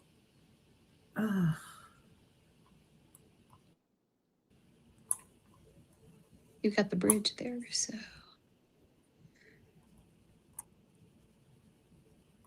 When we saw a white SUV pull up, I still have it in photos. 2 agents came over and they called us over and they said, we need to see your ID. Who are you? And of course, my husband is dressed like bridge guy. I mean, who doesn't have a Carhartt? Like it's marked. He has a Carhartt. He had boots on. We weren't even thinking. Seriously, he wasn't even thinking about it, and I wasn't either because, Ted's probably 50 pounds smaller than this guy. I didn't think about what we were wearing. I was like, we're just gonna wear what we usually wear. And so he's like, what happened? My husband had his hand all the way wrapped up, and they're like, what happened to your hand? And he's like, I got my finger bit off by a raccoon. He goes, really? Like they did not believe him. And I was like, no, he really did. He really did get his finger just cut off by a raccoon. Okay. And so he's like, let me see your ID. Let me see this ID. Because I need to see your ID. He's asking for my ID. I'm like, I don't have an ID. And so I was like trying to tell him who I am. And he's like, oh, you guys are going to have to come with me. I'm like, well, I like people can vouch for me. Like people know who I am. And then of course I said something very stupid, but it was true. It was like, I'm Miss Carroll County, 1985. You can look that up. And my husband's like, oh my God, are you kidding me? Are you freaking kidding me? I'm like, how else can I prove who I am? I'm like, just ask somebody. I don't know, because I didn't want to be hauled off. He's like, he kind of looked at both of us and he's like, okay, I'm going to let you go, but you need to get back up on that bridge and get back over to the other side. So we got back up there. And as we're standing on the bridge, I'm like, what is that noise? And Ted's like, I don't know. I'm like, don't you hear that? Zzz? And I look up and over to my right, there's a drone. And that drone is hovering over us. That drone, so they had there's drones. That's how they knew we were there. They're waiting for people to come back to the crime scene, the Right. killer, my husband. Oh, and I got hell given to me by Kay Weber at the time when she wasn't sure who I was. She sent me all these terrible messages as Harmony Hollow. And she's like, well, we all think that your husband looks unusually very similar to the bridge guy. Could he be? Like all this stuff, like she was giving me hell. And it was only like maybe 3 weeks later, she contacted me and she's like, I just found out who you are and I want to apologize. And I'm like, why? I mean, what did you find out about me? She said that I had picked up a friend of hers, like back in the day when I was in Flora, they had ran out of gas, and I picked them up and took them to a gas station and got gas so that they could get home. I vaguely remember that. I didn't know who it was. And then so she wanted to invite me to her house. And that's where our relationship started. So I learned a ton of information from Kay Weber. I met Brad Weber. And we could go on for hours of the things that I learned from them, from Kay talking to the FBI, from law enforcement, things that she told me. It's incredible. Did you go back out there after that? Oh yeah. Oh, I went several times. Yes. So are we going to lead into the belt? Because yes, before people start people. Well, this is going to lead into the belt. This is going to lead into the belt conversation. So okay. There were somehow, I don't know if people were, I don't know how they found out, but they found out I was getting ready. I was in private messages and I don't know how they found out that I was going to go to Kay Weber's property. And so 2 people contacted me. I will say this, Travis Williams' uncle, and who was an eyewitness who reported the white truck at CPS building, who drives by there every single day to go to work. He contacted me. And then this other lady contacted me that was following the case that was at the viewing. And I didn't know anything about her. She started messaging me on a messenger. She's like, could I go out there with you? And I said, well, I don't even know who you are. Like, I don't know about this. Cause I was like very leery. And she said that, well, I just want you to know that I was at the viewing with my daughter. And I asked her, I said, do you speak a foreign language or something? Because I just something in the way she was communicating with me made me feel like she was from Russia or somewhere. I'm like, are you Russian? Or are you she's like, why do you ask that? I said, I could tell in the way your communication is. She goes, actually, I'm deaf. And I said, oh, okay. I'm sorry about that. I could just tell there was something different in the communication. So then I find out that she was at the viewing and she went up to Anna, and she was looking at Abby in the casket. And she says, told her daughter, tell her I need to talk to her. I need to tell her something. So do you see like something flying around back here? I don't know. I don't know, there's something flying around as I'm talking. I think I saw it. There was, Do you see these like little orby things? I don't know. Maybe they're mosquitoes or something. And so she says, I need to tell you that I am picking up something. So I didn't know, like, I guess she was a psychic or whatever. She says, I need to tell you something. There's something that's at the bridge. After you come off the bridge and you go down the hill. It was Ted. He's running around behind you. No, well, Ted was over at the stove. But okay. He just got some pizza. He's laughing. No, Ted doesn't want anything to do with this. It's like your husband. Like, we're all over it after 10 years.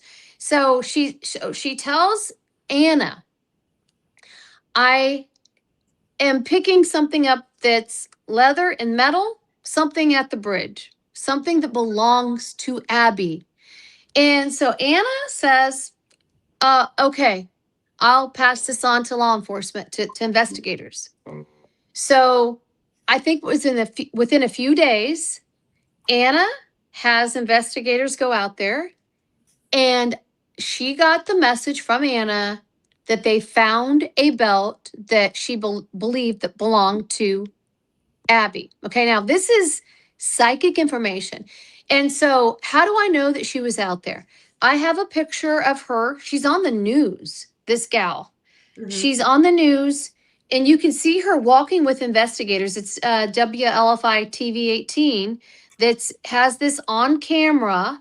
You can see her, she's on the news walking with them. And I'm like, oh my gosh, this lady that I'm talking to really is. So then she tells me, and by the way, any psychic that I've ever talked to, they've all contacted me. I have had in the 20s, 30s, 40s people contact me because they don't want to contact law enforcement, or they felt like they were being blown off with the tip line, by the way. So I've had people contact me. So she gave me this information. And so she asked me if she could go out with me and this other fella, Travis and Eric Williams' uncle. Could we go to Kay's house with you? So I approved that. I had Kay approve it. And we went out in June of 2017. And my whole goal, I had a magnet. I was looking like in the water. I'm looking for a knife, something. I don't care. I'm spending the whole day. We smelled like, can you imagine what Deer Creek after you've been in the water all day? It's nasty. Listen, Blake, let me say, welcome in everybody. I see new faces popping in. Guys, hit that like, say hello. If you have a question for Julie, drop it. There was a question for you, or I think it was Noe. He said, tell Julie, tell Reaper what's up. Okay. Yeah, yeah. Hey, He's Street. just up. Yeah. Hey, Judgy. Everybody welcome in. Sorry, Julie. No. I want to make sure we answer their questions because I don't want them to feel like they're being ignored. They're all taking the time to watch this. And I mean, there's so much information that I don't want to bore people, and I don't want to like send them down the wrong place. But this was worth, I think this part with the belt, because do you know, Amy, I'm just going to tell you something. Until you came along, I had absolutely zero proof other than this psychic chick telling me that Anna told her that, yes, investigators found a belt and she believed it was Abby's. So this was back in 2017, and not until you got into this case and you're talking about a belt. And I'm like, what the hell? Are you serious? You're telling me they found a belt? Like this is where it connected. When I was out there with this gal, I let her come. And you know, when you have raw emotion, when you're in the moment of things. So we were out there in June where all the nettles were out there, and the male friend, he did not want to be videotaped. He doesn't want to be seen. He doesn't want to be on camera. Doesn't want people to know him. Has an interesting history. So that's fine. I'll respect that.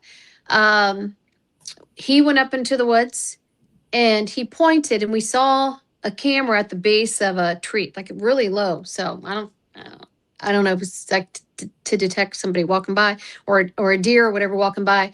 And then the psychic lady, she got up and she saw something, and she ducks, and she doesn't speak, but so we had I brought a dry erase board. She goes, and she's like, orange. I could tell she was saying orange. And so I went up and I saw these orange, big old splotch, these like spray painted bright orange spray paint on trees.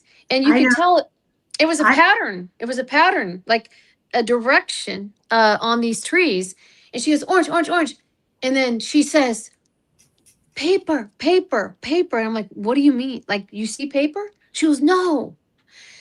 Paper. I said, was this a psychic vision? What are you trying to tell me? No. Investigators told me there was paper that was torn up between the girls, is what she conveyed to me with on the dry erase board. She goes, shh, nobody knows this. And I'm like, okay, so I never heard this. I never heard it after that. She's like, paper. There was something about some paper, some note or some note, paper torn up.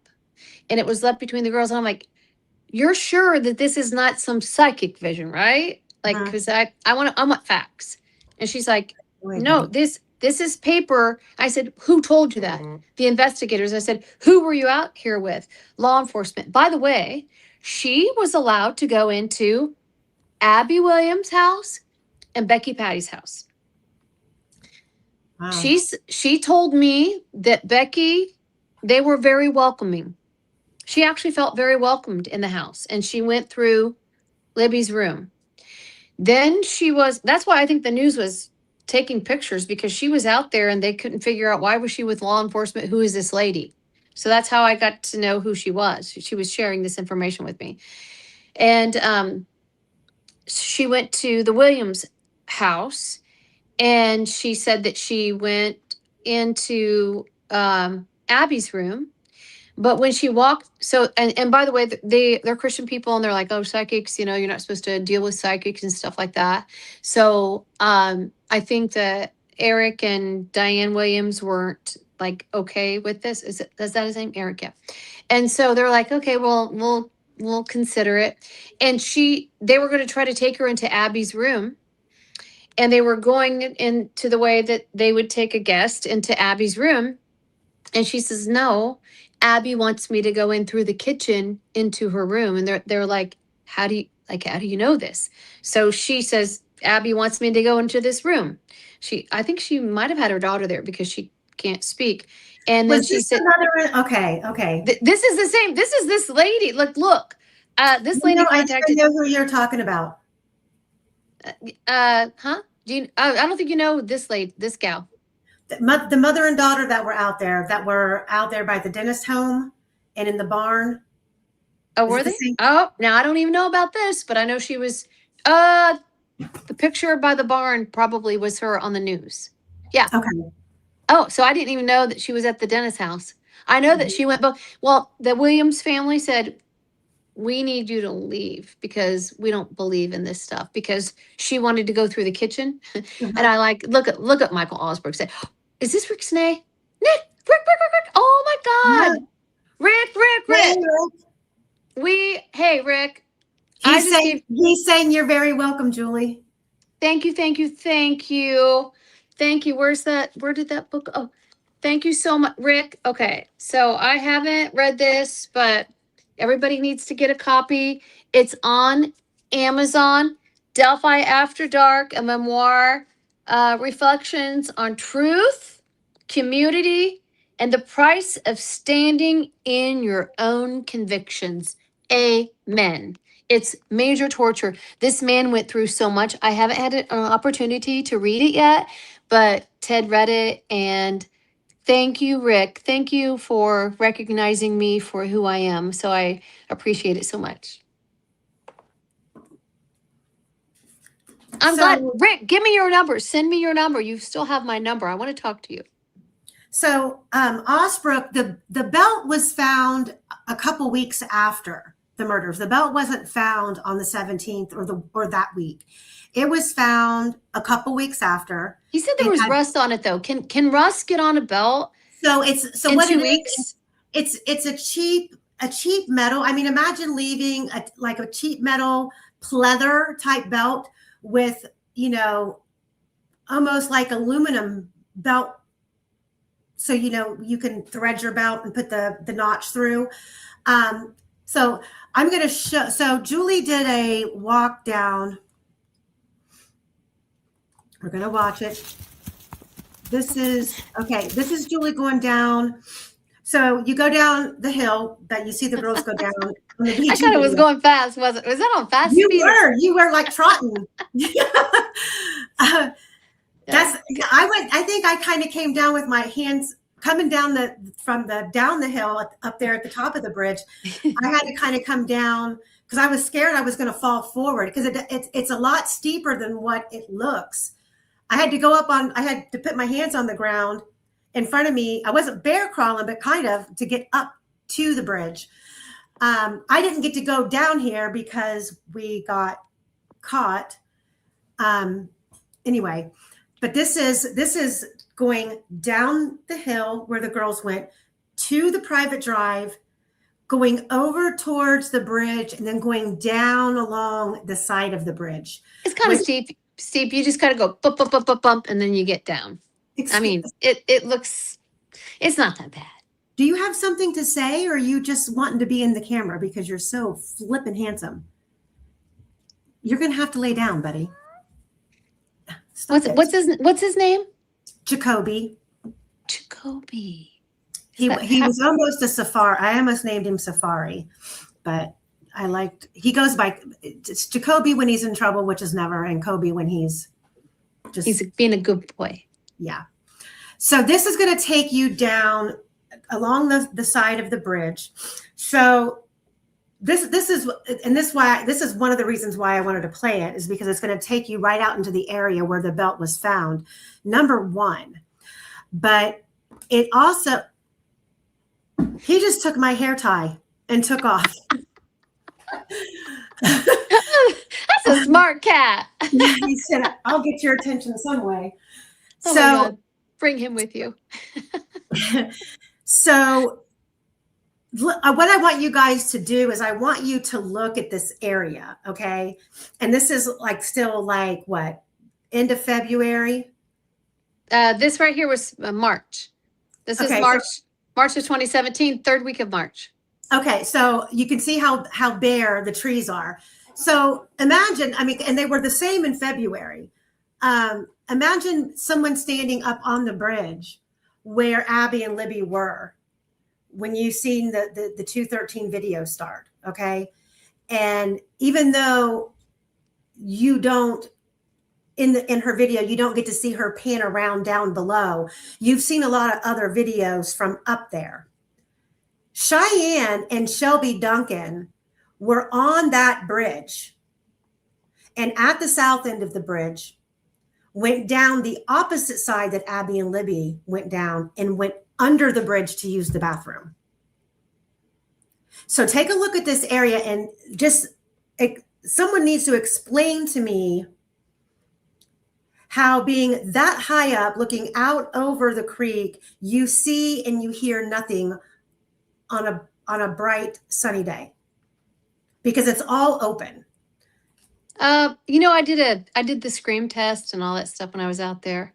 I still have that video. I remember you doing that. And the guns that were being shot when I was out there. I was under the bridge, so I had crossed the water closer to the Webbers, but I was right there, under the bridge, right there at the edge of the creek. And this is when Anthony Greeno, he was coming up underneath the bridge and doing all these goofy, shots. But I was standing there, and just like Kay Weber had told me, they would hear gunshots all the time. And so I was standing there, and I heard boom, boom. You could hear people practicing. People were out there all the time practicing. We've got, Ron Logan, there was a 40 caliber. He had a 40 caliber. And at trial, when I had talked with Brad Weber, when I talked with Brad Weber way back, in 2017, 18, I had already talked with 2 law enforcement officers from IMPD that I happened to run into, and I'm like, have you heard of the Libby and Abby, murders? Oh yeah. Well, we were out there, and I'm like, what? They were wearing their uniform, and I said, how would you have heard about this and been called to help? Because they said we were called to help early on in the first few days because they didn't have enough help. And I said, but you're IMPD. And they're like, yeah, but we're investigators. So we were called to come help search. I said, okay. I said, did you find anything? Yeah. I said, what'd you find? Some bullet casings. I said, and because my husband shoots and he taught me how to shoot, I said, do you mind sharing with me what caliber of casings did you find? I said, and you're talking at the crime scene, right? He He's like, yeah. He said, 40 caliber. I said, but why would there be 40 caliber casings there? The girls weren't shot, correct? We don't believe they were shot. No, it looked like they'd been out there and somebody had probably been shooting out there. I said, so what'd you do with them? And he said, well, we just turned him in. So you turned him into evidence? He's like, yeah, we turned him in. I mean, that was it. He said, they look like they might have been exposed to the elements for a while. I said, okay. And this is okay, you don't turn stuff in if it's not, he said at the crime scene, they found bullet casings. And I'm going to tell you something. When I was contacted by the defense, and by the way, not in a million years did I ever think that after trying to find who killed Libby and Abby, that I would ever be talking to or asked to help the defense of somebody that possibly killed these girls. Right. So when I got contacted, I was freaked out. I'm like, this is a fake. Somebody's setting me up. This can't be real. But I will tell you that these people were very real. I set the whole thing up at my church, and I mean, like, I talked to my pastor, the whole 9 yards. But the point that I'm getting to is that I had this information, and the defense did not have this information. This was not given to them as part of the discovery.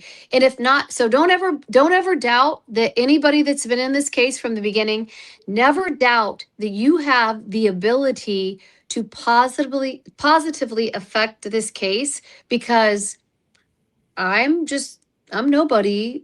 I just care about the truth. And I was given this information, so I passed it on to the people I thought should have it. And Andy said, if not for you, we would never have known this. And we would never have started asking, we want that part of this discovery. We know there were casings found. And that is part of the reason why Nick McClelland decided to create this, I guess alibi by the cops that were out there. Well, tell us, in court, tell us, what kind of gun were you carrying? Right. Of course, none of them wanted to say they were carrying a 40 caliber. They did that on purpose. And none of them were out there probably in the woods practicing with their law enforcement, their issued weapon. I mean, duh. No, and were any of these, this is something that didn't happen in court. Were these casings compared to the unspent round that was out there? Was it the same? What kind of, none of that was talked about. That needs to be hammered home, because that's an evidence that needs to be looked at. That needs to be compared. Nobody did that. And that's like, by the grace of God, this is going to go to a retrial, and that's got to be presented all the way. Yeah, I think everybody in Rick's corner, whether it be the defense team or anybody going forward, they need to be bombarded with the truth. They need to they need to listen to the people who have followed this case from the beginning or has dug in so deep. I was making connections when I was working behind the scenes on Ashley's case with Delphi. And through, researching Garrett Kurtz and that whole connection. So I had like a little bit of a running start when I finally said, okay, I'm going to cover this case. So anywho, all right, I want you guys to watch this. And I'm going to play it a couple times because it's not very long, and I'm going to stop it and play it and stop it and play it just to bug you guys. Just kidding. Watch Julie tippy-toe down the hill. Go down this little hill. Oh, hang on. I'm running a little bit fast. Okay, down this way. Okay, so right out in here. Can you tell me, Julie, so when you were there, was there, when you came down that slope and you pivoted and you were facing towards the creek. Was there a walking path out to the creek? Like there was like a worn path? Yeah. So if you go, oh, absolutely. Like I followed the path of least resistance. That's what everybody does. So like if you're looking for somebody, okay, let's say somebody disappeared. What are you going to do first? You're going to walk a worn path, right? You're not going to go, well, we're not going to walk the worn path where we thought they might have gone. We're going to walk out here, in all the brush. You're not going to do that. It's like it's easy. You walk the path of least resistance. That's what we did. You cross the driveway, you go down a little bit and you're parallel with the bridge, and then you do a right turn and it's a path directly over to the creek. And not only did I go there with Ted, when I spent the day with Kay and Paul, they took me on their SUV and we walked over there, and she would show me, she was pointing out some things. Interestingly, like later on, she was showing me some weird things that were happening on the trees. Like, when people say they saw bones and stuff, she's like, Julie, like this was later. She's like, I think there's some ritualistic stuff going on. She's like, she's showing me all these weird twine things that are around the trees. And one looked like it was like a, rope. It looked like it wasn't a rope, but it was like twine that was made to look like somebody tied somebody up. It's weird stuff that was going on out there over by the edge of the creek at one of the trees. It was interesting. Well, when me and April got out of the car, and we went up, I mean, we had plenty of time up there at the top, but we had just came down the hill and crossed over the private drive, and it's crazy to look at this on here because you pan over to the right. Up there is the bridge. Yeah. So I walked. So I'm just looking back down the hill. That's what right there as you see down the hill. Right there. You come down that hill. So now you have to remember there's been like 8 years? What was it last year? Like 7, 8 years? When me and April crossed that private drive, you come to a dead stop, and the erosion is crazy. It is a straight cliff down. So we were like, how the hell? And we weren't thinking that way. Like the topography had changed. We were looking for a way down, and I was turning to go towards that side. And that's when I seen the car hiding underneath the bridge. And we were like, oh shit, busted. Oh my God. I want to tell you something. So if you look, you'll hear Gray Hughes say all these things. Everybody thinks, well, you couldn't go past a certain area because they had the yellow tape there. Absolutely, Kay Weber told me herself that there was no crime scene tape put at the south end of the bridge by her house. As a matter, yes, there was. I have pictures. No, wait. Paul did that. Her husband did that. Really? Yes. Because when I was there was no crime scene tape.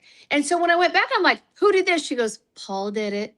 Paul put that there to prevent people from coming over here so they would think that this had been a crime scene taped off. And he then, all the down the hill stuff, I'm like, who did this? She goes, Paul did that too. Put a bunch of branches in the way, right where you would go down the hill, exactly where in Libby's video, she says, this is the hill that you go down. Not that there be a gun, people. This is the hill that you go down. That is exactly down the hill. It's a worn path. Everybody knows it. Like I went down, like I saw the little path that looked like somebody slid on their butt. I'm not going to go down there. That's not a worn path. I go down the hill. That's easy. It's a path of least resistance. It's psychology. It's human nature 101. That's what you do.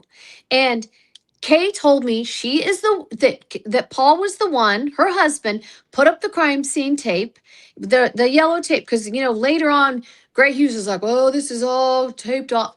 Bull. Law enforcement never did that. Her husband did it. She told me he did it, and he put all the branches so nobody could go down the hill. Yeah, so that's why. We've got pictures of it, and we got pictures of that. There was a tree branch from. So like if you're coming off the bridge like Abby did, on the right hand side, there was a tree branch that was broken down across the path. Mhm, And mhm. we just talked about it. We're like, we wonder if in the night searchers were out there, they weren't thick trees. They might have grabbed one and broke it. But that's interesting because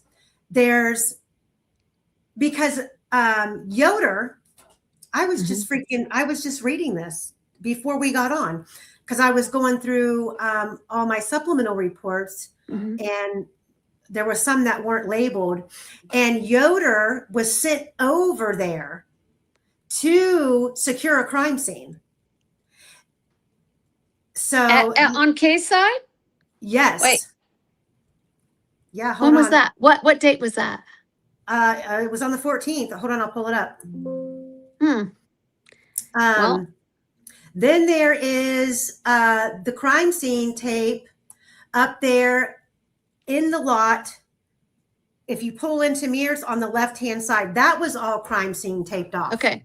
I'm going to tell you something. I was there on the Friday. So the girls were found on Tuesday. I was there on Friday. I stood at the north end of the bridge. I was looking at the south end of the bridge. There was absolutely nothing from keeping me from going all the way over. There was no crime scene tape whatsoever. This is on the Friday after, okay?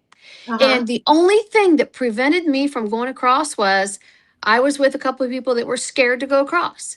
And all of a sudden I look up and there's this drone.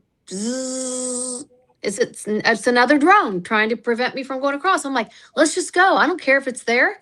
I like, what is a drone? What's a drone mean? It's just following me. I don't really give a crap. Come on, let's go. So I started crossing. I got to the first platform and, you know, Jenica was with me and her friend. I think it was her friend. Somebody didn't want to cross. They were a little bit afraid. And so I'm like, okay, that's fine. I won't go across. But there was nothing on the other end. There was no tape like you can see clearly the yellow tape. And then even within like that first 2-3 weeks of March, there was still no tape. And then when I went back later, then this crime scene tape is there. And Kay told me that, yeah, that Paul put it up. What was that on? What are you talking about? Sandifer? Was that an accident? No, this was about them going to the Pizza King because I thought Abby worked in Flora at the Pizza King. Hold on, I got to find it. Maybe I didn't label it. The Yoder one that I pulled up is a different one because he's writing. It's funny that he wrote so many reports but never testified. Him and Kingery. Gianna Cola wrote this. Deputy Yoder and I arrived and we saw a female civilian walking up the cemetery from the woods, that whole scenario. Yoder and I proceeded down a large ravine where we found members of a search party standing near the edge of the Deer Creek. We asked them what they had located and they said they found some clothing. I walked over to the water's edge and could see some clothing stuck in brush in the water.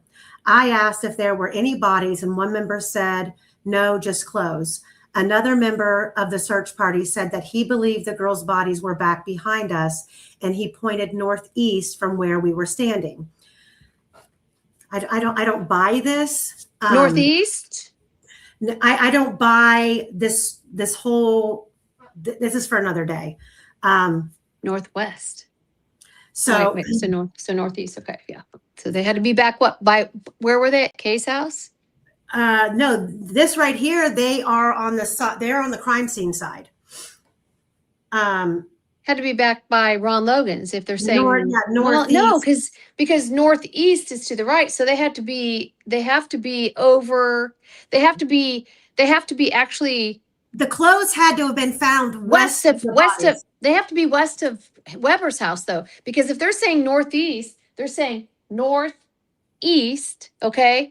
Northeast. So if I'm at Kay Weber's property, it is north slightly east. How are they on 300 saying northeast? That's mixed up. They're not on 300. They came down from the cemetery. So they're probably in the area where we came down and went straight to the water. South, and then had to go east. Down. So the clothes were found in the creek, I believe, a little west of where the bodies were. But he said, I turned around and walked to the area. he directed me to, and not far from the water, I observed 2 teenage female bodies lying on their backs in the woods. One of them was stripped nude and the other had clothing on. I walked up to within 10 yards or so of the legs of the bodies, and I could visually tell that both girls were deceased. I observed large lacerations on throat and neck area of both bodies. It also appeared that there had been stick piled up on the bodies. At this time, Deputy Yoder and I began securing the scene. Yoder obtained all the contact information for the members of the search party that were near the location the girls were found. I contacted Detective Liggett and informed him of my findings. I could see that there were members of the search party across the Deer Creek. So this is not the one I'm talking about, but I do have it. You know, I always wonder, it says when it was reported, but when was it written? I think that's like the guys who attended, was it Liggett and I forget who else it was. You can create anything. First reported on 2, You can put anything out there that you want. I mean, they went to Terre Haute for the autopsies on the 15th. Okay. And what struck me as odd is, he's writing this report, and it's literally like the last little tiny paragraph in this report of them being at the autopsy that day. He said, almost like, I got to make sure I put that in there when I write this, that he was informed at the autopsy that a phone and a bullet casing was found at the crime scene. He puts that in the autopsy report. You just said bullet casing. An unspent bullet. Okay. Whatever. Okay. Whatever the verbiage was. Okay. All right. Just making sure. There was the phone and the bullet. It's like at the very bottom. I'm like, why is that significant to talk about what was found at the crime scene at the autopsy? Number one. Number two, you look at the date. The report's written 8 months later. The report was written in October. I did ask Matt Hoffman. Mm-hmm. I think I can say this because, there is a question about what Barbara McDonald put out there saying, now look, I will tell you this. This is something that I learned in this case that I didn't realize could happen. And I was told this by Matt Hoffman, that just because something is in a report doesn't necessarily mean it happened that way, because it can be put in the report by discretion of law enforcement and the prosecution to say, if you're going to add this into the discovery, for an example, I was asking a little bit about the autopsies, and I said, are you sure this didn't happen? He said, well, let's put it this way.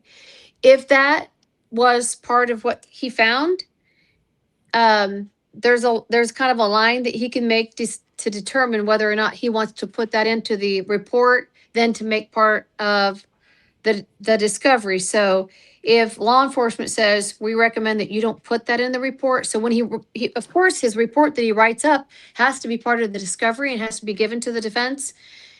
They can determine what goes into that report. Mm-hmm. So it doesn't mean that something didn't happen or something's not there, but they determine what goes into that report that then becomes part of the discovery. So just know that there could have been things that are left out because they purposely requested that doesn't go into the report, and that's I'm sure they did. And can you? This is the one. Shut outside. What? Sorry. Ed, I am not alive, honey. Yes, you can. No, yes, you can. Come on in. He's been sitting outside. Oh, geez, you don't have to sit outside. Okay, so this is a secondary report that he wrote. It says, as other law enforcement arrived on scene, Deputy Yoder and I assisted in securing crime scene tape. Trooper Moat, that's a random, began a crime scene log, and Deputy Yoder and I were signed in as first law enforcement on the scene. Take note of that statement. Once Yoder and I helped secure the scene, investigators arrived.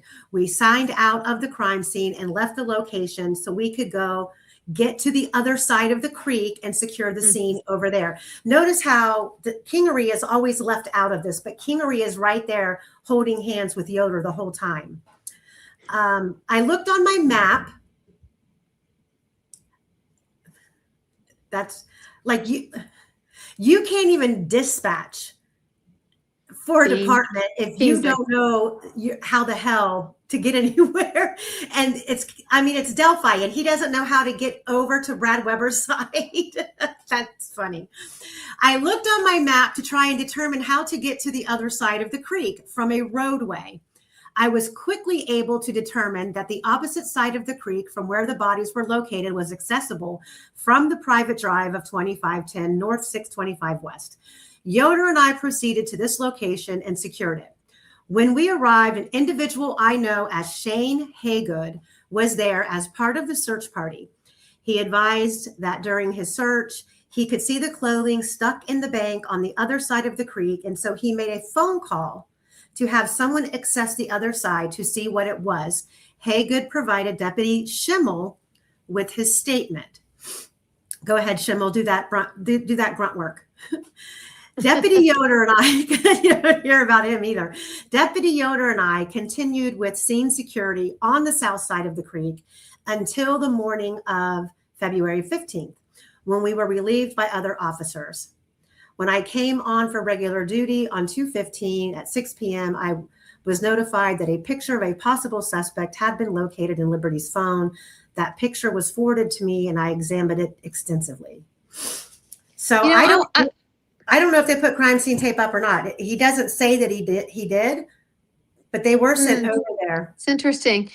There's a lot of things like, would it be part of a report if, do you think that they should put in a report that when they were gathering the evidence, that the person that was putting all the evidence up on their vehicle, that they forgot some of it, and when they were driving away, it flew off the vehicle? Don't you think that that should be part of a report if that did happen? See, well, yes, but clearly I think the population there and the size of the department and the close-knit group of men, I think they all, that's why I want to get a copy of their SOP. Because you know how I know how that happened? Because when I was on the CW, and by the way, Ara Air is the bomb. He is such an amazing producer, totally respectful. He really understood everything that we all have come to learn. He understood that really quickly. But he said that he did interview Lee Horde, who was running for sheriff at the time. And he was connected intimately with law enforcement. And his whole goal was, if he became sheriff, he wanted to, thoroughly investigate this. But what he was told was that when they were collecting some of the evidence, that one of the officers had left a variety of, evidence on, I don't know if it was on top, and then when he was driving away, as he drove away, it had flown off, and then he stopped and gathered this stuff back. But it's like, is that where the rumor? Well, not a rumor. Is that where the fingerprint got lost, supposedly? I don't know. I don't know about that. But all I do know is that when Ara said, would you come on film and talk to us about this? He's like, I have to live a life and survive there. So I can't, but he did tell him that behind the scenes. And so I believe that happened. I do believe that happened because there was a lot of stuff that was covered up. So many things he told me. It's amazing the stuff that they find out. Like he and Hannah Shakespeare, just talking with so many people. There's a lot of behind the scenes stuff that's really relevant, including the whole Daniel Pearson situation, where Tobe Lesenby tells her about, we have an eyewitness. Yeah, we have an eyewitness to Bridge Guy. We have somebody that saw even Daniel Pearson. I mean, we know that Betsy Blair saw Daniel Pearson on the bridge, but yet Daniel Pearson wasn't anywhere. There's no doubt in my mind. 1000%. There's no other 20-something with poofy brown hair that was there. And I'll tell you something. When I was sitting there in court, you could tell by certain people, and I'm going to venture to say there's three jurors that were plants. and which I think this is such a huge conflict of interest to have a judge from Fort Wayne, Allen County, and then to get all of the jury from there, because they may have some kind of, allegiance to her. And so, and we don't know who's paid or who's like, hey, yeah, I really like her, I'll do whatever. I already have a preconceived notion. And I think there were 3 people because of the way that they would, I thought it was peculiar. It was a good thing, but keep talking. I'm gonna keep talking. I'll be right back. I thought it was very interesting that the judge said, we don't normally allow this to happen, but we are going to let the jurors ask questions, which I found very interesting. It was good. But at the same time, they were asking questions that were, they weren't even asking questions all the time. They were making statements. They were saying, okay, like this one really told me, you're a plant. When Betsy Blair was up there and she says, I saw a guy. And so you know how close she is. You know where the barrier is. And he's standing on that first platform. There's no mistaking. I don't care how bad your eyes are. You know a hat from a poofy brown hair. Do you remember we did that last year? Like I stood back with the camera and you went out there where that first platform was. It's not that far. And she knows it's poofy brown hair. But why would a juror? This is when I was like, this person's a plant. Because there were consistent questions for certain witnesses that every single time I was like, I sat by Andrea Burkhart a lot of the time. And I'm like, did that feel like, why would they be asking that? It felt like somebody went behind the scenes and told them to ask that. Like when they had, like Betsy Blair was, I thought she was actually a really good witness. And she was probably the best out of all of them. The other ones were, and Sarah Carball, oh my God. I would love to reenact her sometime. Oh my God. She was, I could read, I mean, like I was laughing at the way it was a total acting job.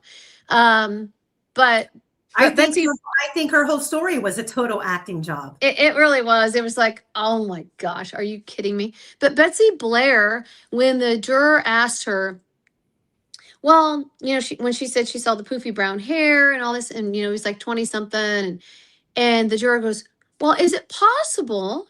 Okay, is it possible? Okay, so she prefaces it that way. Is it possible that perhaps you could have mistaken poofy brown hair for, is it possible it could have been a hat?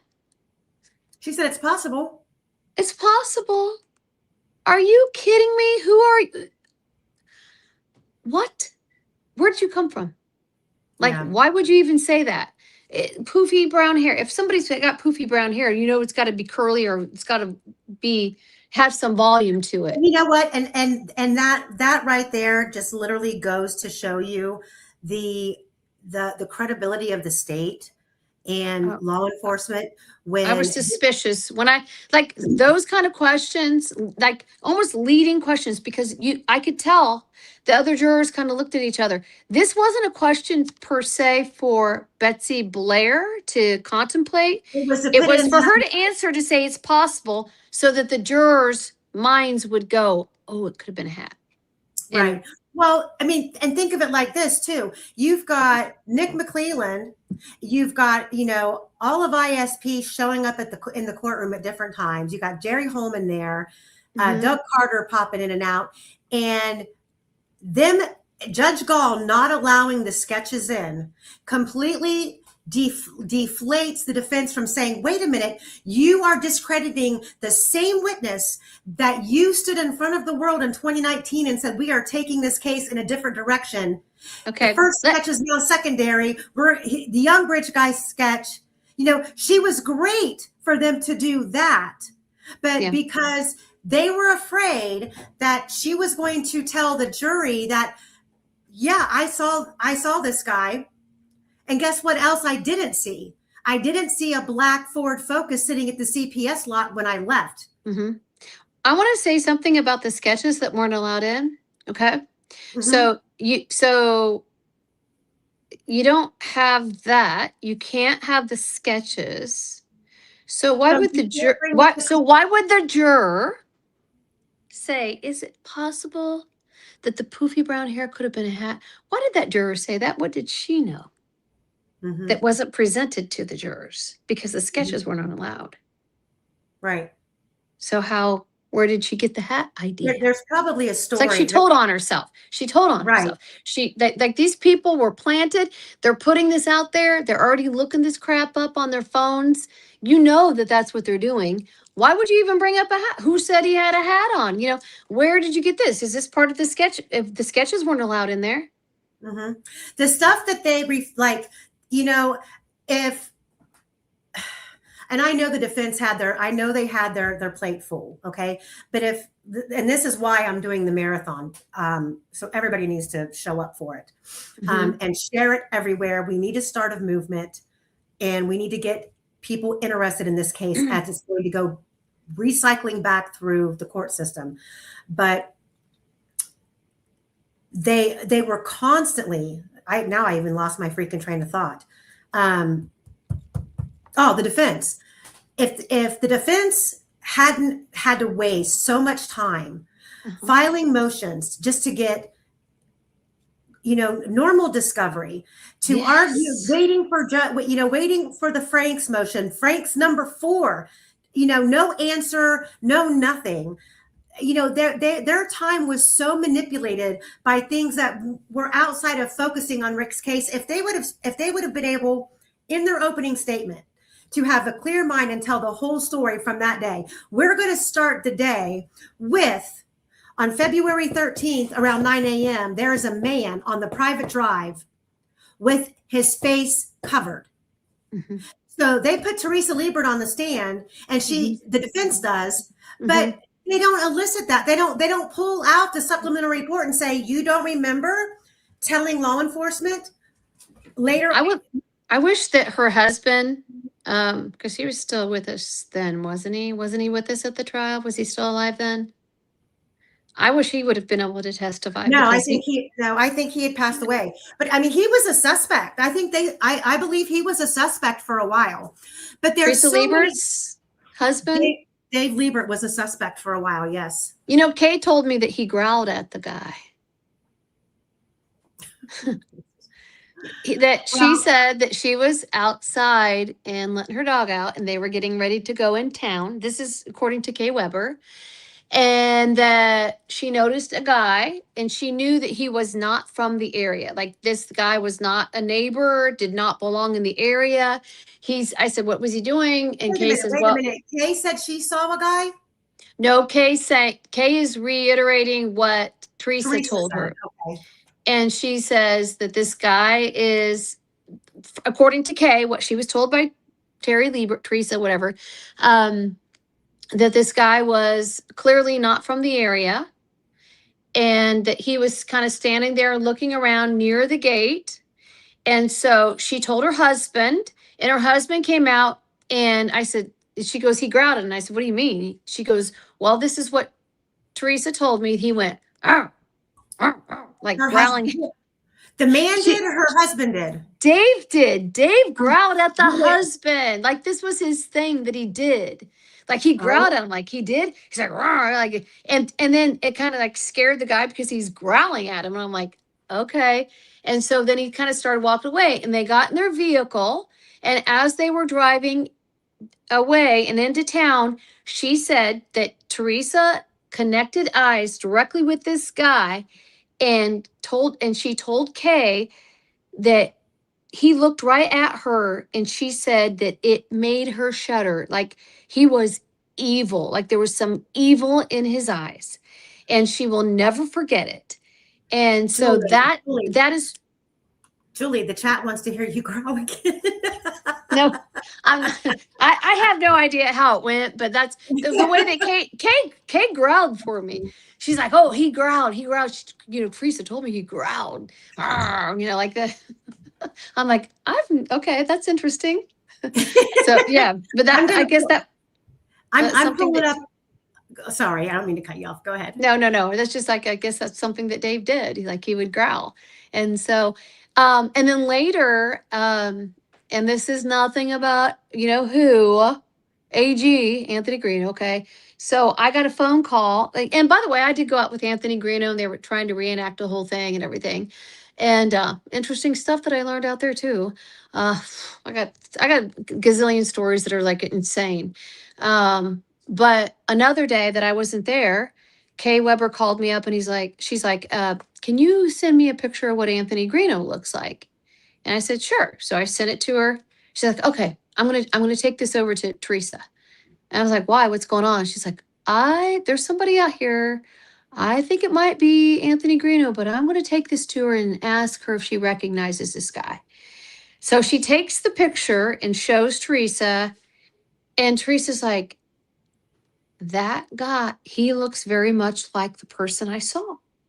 And I said, are you saying that the guy that she saw looked like that? And she says, well, Teresa described him as being like, not only like darker skin, he wasn't black, he just had some darker skin. Mm-hmm. So his skin was dark, wasn't white, it was darker. And also she described him as dark as in evil as well. And he looked similar to Anthony. I'm not saying Anthony's the person she saw. I'm just saying that Kay told me, she messaged me back, took that picture to Teresa and said he looked very similar. And she also said that the person that Teresa told her was slight in build. Slight in his build, just like Anthony was. So, and I'm not saying anything about Anthony Greeno that did this, blah, blah, blah, blah. I'm saying looked very similar to that type of person. Darker skin, looked evil in his eyes, and a slighter build, according to the person that Teresa told Kay Weber at the time, the person that they saw. Well, we can't trust Dave because in this supplemental report, he doesn't tell law enforcement that he growled at the guy. But that's Teresa Liebert's sketch. That's her sketch? I believe so. That sounds okay. So there you go, right there. And his supplemental report was at one point in the morning while gaining permissions for property around the area. I spoke with David Liebert, who lives at 2848 North 625. David lives at the start of a private drive that takes you back to Highbridge. I had asked David if he had seen anything suspicious in the area within the past day. David said that he had seen a male walking north on 625 West, approaching the private lane that leads back to the High Bridge yesterday around 10 hours, which is 10 o'clock in the morning. He stated the guy was a white male and he had a scarf or something covering his face. David said that when the man saw David, he turned around and he forgot to say, I growled at him, and he started walking back south. David said it wasn't out of the ordinary because several local people know that the private drive accesses the High Bridge Trail. David was unable to provide a clothing description, but stated the man didn't look like he was athletic. The athletic type. Slighter build. But Teresa Liebert, I have one from her too. She says the same thing about the face covering. I'm like, that's a key component to their eyewitness accounts on the day of, when you've got multiple witnesses seeing someone else with their face covered. And I want to make this very clear too. When Kay Weber was approached by law enforcement and she was out of town, she was in Arizona, and Brad was staying at her house. Before, like, they came back like a week later, but while they were out in Arizona, FBI came to her condo or whatever place she has out there, and a female took her into a room and a male took Paul into a room and talked with him for 3 hours. And Kay was looking at this album that she had right in front of her. She's like, well, I don't know if I was supposed to be looking at this album, but I was looking and I saw this picture of this guy. And so then she finally holds up this picture of this man on the bridge and says, do you recognize this man?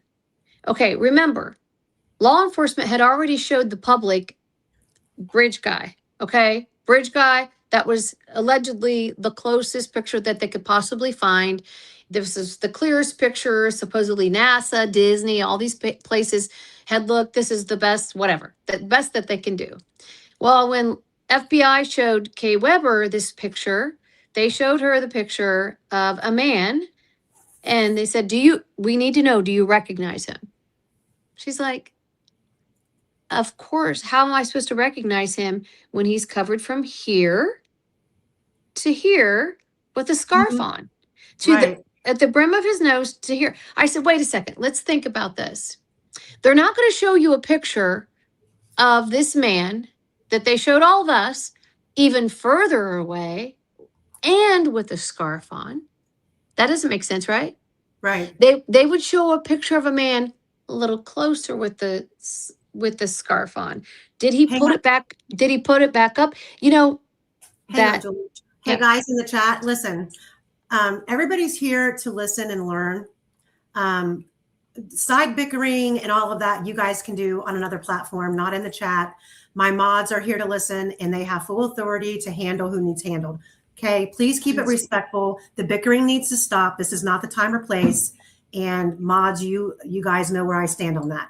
So guys, come on, everybody's welcome here. But if you're being a distraction, we're all adults. We're not babysitting, arguments. We shouldn't have to. Go ahead, Julie.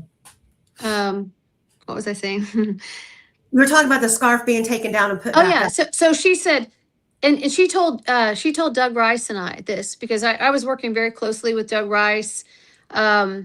We had gone and met with Kay, and so she was, Doug was talking with Mary Voorhees and Riley at the time. So he was calling me we were constant communication. We were going out there together. We were talking to Caleb Bolin. We walked out there with him and he was showing us everything. We were right there. We were in the mix of it. And, Doug Rice, God bless him. He was really fighting for these girls and it really did mean a lot to him. And I don't know if he was sick. He seemed like he was a healthy guy, a musician, had a band. Did he just suddenly pass, or was he? That's my understanding that he suddenly passed. I don't know if he had a heart attack or whatever. I didn't think that he was sick or anything. He was very healthy. He was lean, but I thought that was because of his diet. He was a fighter. A couple times he was a cantankerous kind of guy. Sometimes he'd get pissed at you for a little while. He got pissed at me, he took me out of his Bridge of Lives group for a little while and then put me back in. And then after he died, the person that took it over, not Hope, but Chris, whatever her name is, I don't redact or whatever her name is, I don't remember, removed me out of there, unfortunately. But Doug and I we were on very good terms. He was a great guy and he really fought. He was doing a lot of very interesting things. I was trying to find my recordings where he had, so Caleb Bolin, Caleb was doing a lot of really good things with Doug. So Doug was putting him up to, okay, I need you to call this guy. And he was impersonating somebody and he was acting like some cowboy. He called up the guy that lives, what's his name? Shane Bledsoe, and was pretending he wanted to buy a heifer or something from him. Because he had something posted online. So he was trying to get information. And then there was another one. I had both of the recordings. They were really good. But when we were out there, so Kay told us about, she's like, law enforcement wanted to know, they were very interested in the balaclava. We need to know how many you have, what color are they, and why do you have them? And now she had just told Doug and I that law enforcement showed her a picture of this guy on the bridge covered from here to here. He had a scarf. So they wanted to know the color, how many you had, why do you have them? And then they wanted to come to her house and they wanted to see these balaclavas. Why does FBI want that? There were so many things that happened. They came back several times to Kay's house, including, they wanted to see the cabin. Kay took me back. She's like, okay, they came here and were standing on my deck. And so on the back of her deck, if you look through the woods, you can see the cabin. And I said, how can you get to the cabin? She said, the only way you can get to that cabin is if you have access through that property owner, which is Edgings, or my property. She said, although Shane Bledsoe could probably. Did you say Edgings? Yeah. How do you spell that? Edgings, Monty Edgings. He owns the cabin, and if you are standing on Kay's back deck, you could look through there.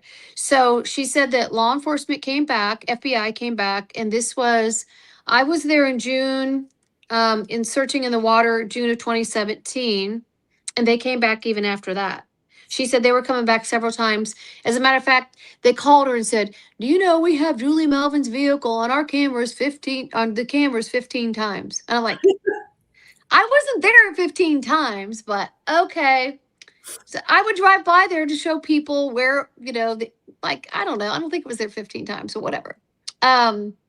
So that's why when she was being watched for a while, she was having me park down the road, and then she would come and get me. She's like, "You need to park here. I don't want to hear it from law enforcement anymore. So I'm going to come and pick you up." Oh my God, that's crazy. Yeah, she goes, I'm going to come in the back. We're going to go in the back way. So we went in her back way. She says, "This is the easiest way in." She goes, "If you go down the driveway, it takes so long and you're meandering away." So that's why she's like, "This is the way, the back way." So you come down 625. I'm familiar with the back way. Yeah, you are. You turn right, and then you go down there, and that's how you get there. So she said that the cabin could be accessed if you came down.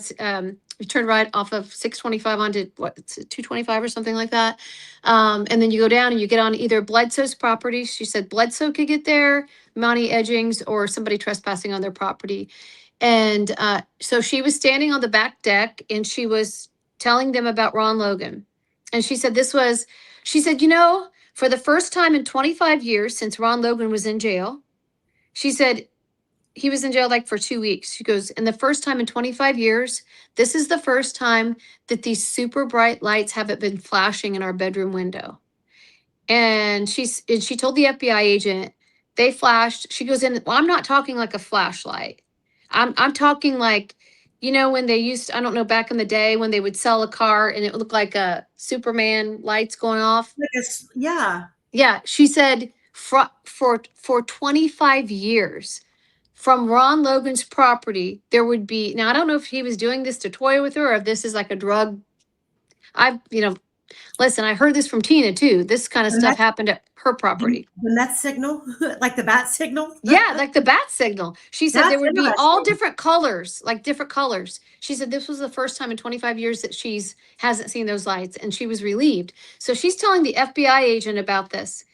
And the FBI agent, she says, has his hand and he just keeps looking at this cabin. And she says he acted like he wasn't one bit interested in what I had to say. He goes, "I hear you. I want to know more about this cabin. Who owns it? Who has access to it? How do we get there?" And that was the thing that was one of the things. Yeah. Have you ever been to the cabin? I haven't. I have pictures. I had somebody with drone footage take pictures. You can get to it. If we got on like when you come, maybe we need to get a raft or whatever. We can get on the creek. We'll go right by it. Yeah, nobody owns the water. We can do that. Right. And actually 50 feet off the bank. So you can get on the bank. You can get on the bank and you can take a picture. It's a hunting cabin. I actually have a picture of Monty's kids standing there outside the cabin. I got to find it through all my thousands of pictures, but yeah. And he did make a post on Facebook saying, "Hey, by the way, my cabin's not involved." But okay. Was he monitoring the cabin that night? Guess what we forgot to do? What's that? I hope I'm not boring anybody. I said, Amy, I don't want to come on here and bore your audience. We forgot to show the belt, and everybody is. No one's been bugging about it. See?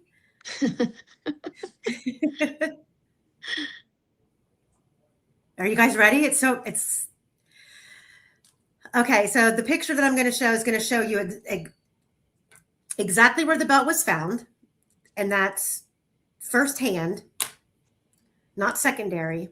And then the picture of what I am told is the belt. Okay.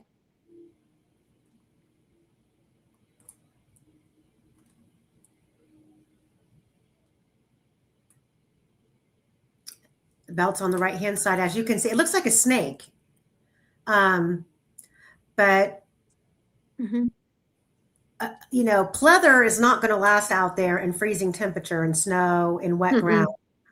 I will And say, I will say this if I can. I was told, where it was, I was told that the lady that I told you that told Anna about the belt, she was told that it was found just at the end of the bridge.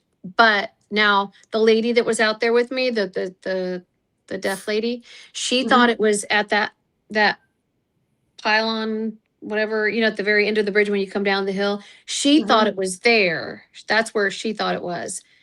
However, it's not that far from there. So she just was told that it was at the end. So she never actually got to see where it was, but that's where she thought it was. So it's not very far from. it was left. It was from what I'm told.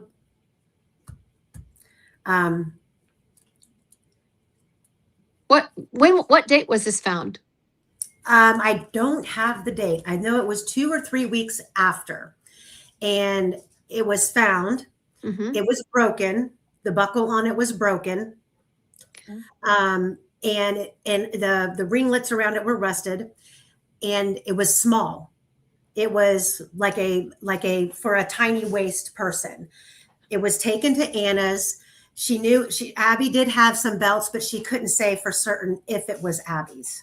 Would there be any DNA on there from touching it and that kind of thing? Unified Command, they did not want to test it. What? Why not? Somebody had to go over somebody's head to get it submitted. That's strange. Yeah. Can we tell on the bridge if she has a belt on? No, because her shirt's so long. Oh, that's right, because it was hanging over. Yeah, unless we watch it over and over again, and maybe you can see like an impression of a buckle, just like I see a phone in her pocket. There's a phone in her pocket. No. Phone's that's another issue. Yeah.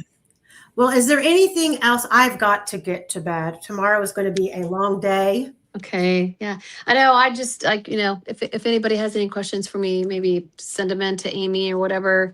Well, we can take a few while we're still on here. If anybody has any questions for me, like they're asking. Okay, they're asking about a third shoe. What? A third shoe.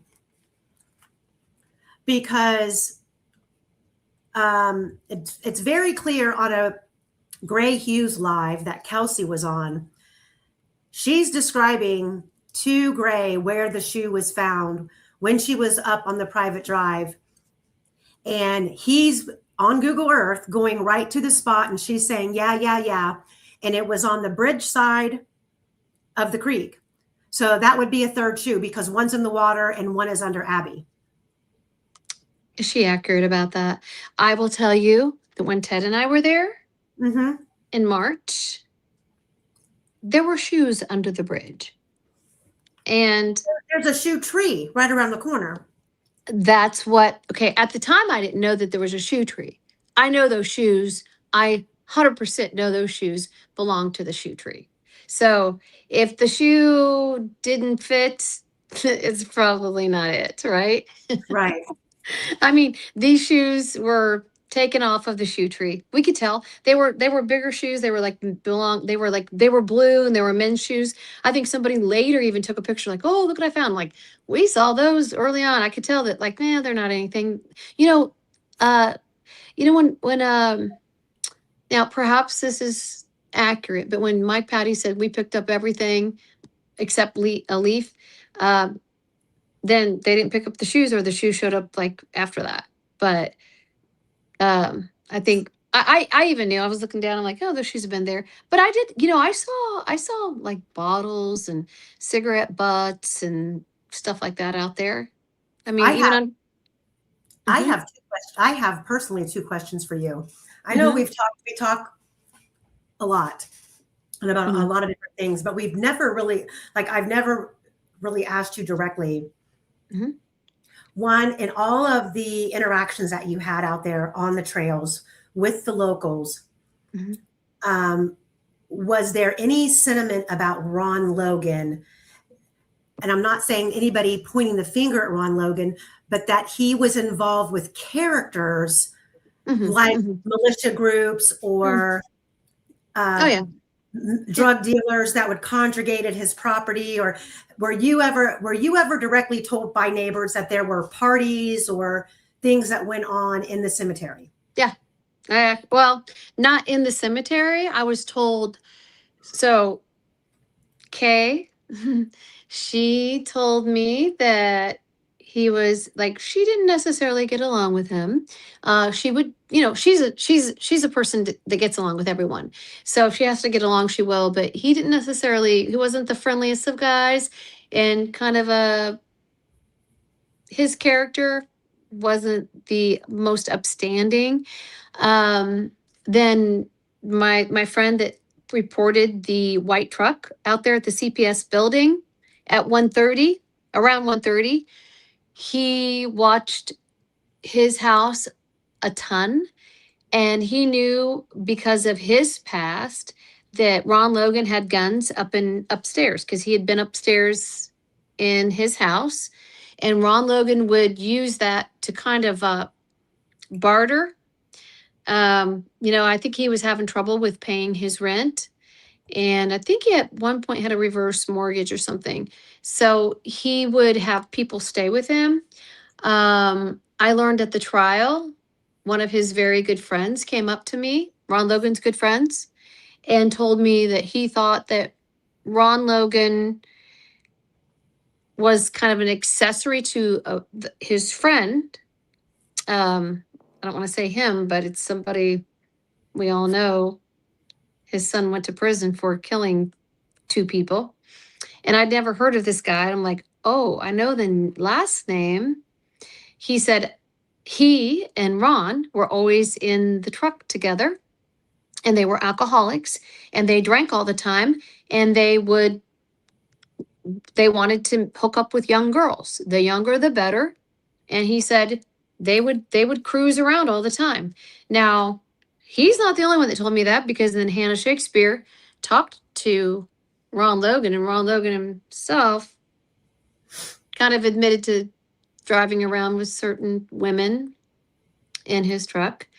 And then I found out from the person that told me this that there were people, and we actually have pictures, right? We have pictures of people coming and riding the horses, hanging out at his house. He did let certain people stay there. And so for a little while early on, I was in Delphi and I was watching this car because I was told by my friend that was watching every day. So I was kind of tailing a guy, and I followed him into town where he was working at the liquor store. And I got a picture of him, and he had been staying with Ron Logan for about 3 weeks. So Ron entertained a lot of different characters. Is it who I know you're talking about? I don't have a problem saying his name. Oh, I don't know this. I can't remember this guy's name. I know we looked him up. He was from where you live, that state. Oh, shit. Julie, you can't forget names. I mean, seriously, I have pictures. I have a picture of his car. Okay. I have a picture of him.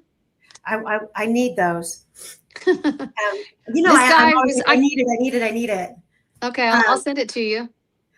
Well, I've been told by different people that, the whole idea that Ron was fearful of being caught driving with a suspended license was bogus, because everyone in town, even law enforcement, knew he was suspended and on probation, and he drove all day, every day, went to the bars downtown, drank with law enforcement after hours. Mm-hmm. I know he frequented the same bars with my hot and heavy meth people that I have my eyes on.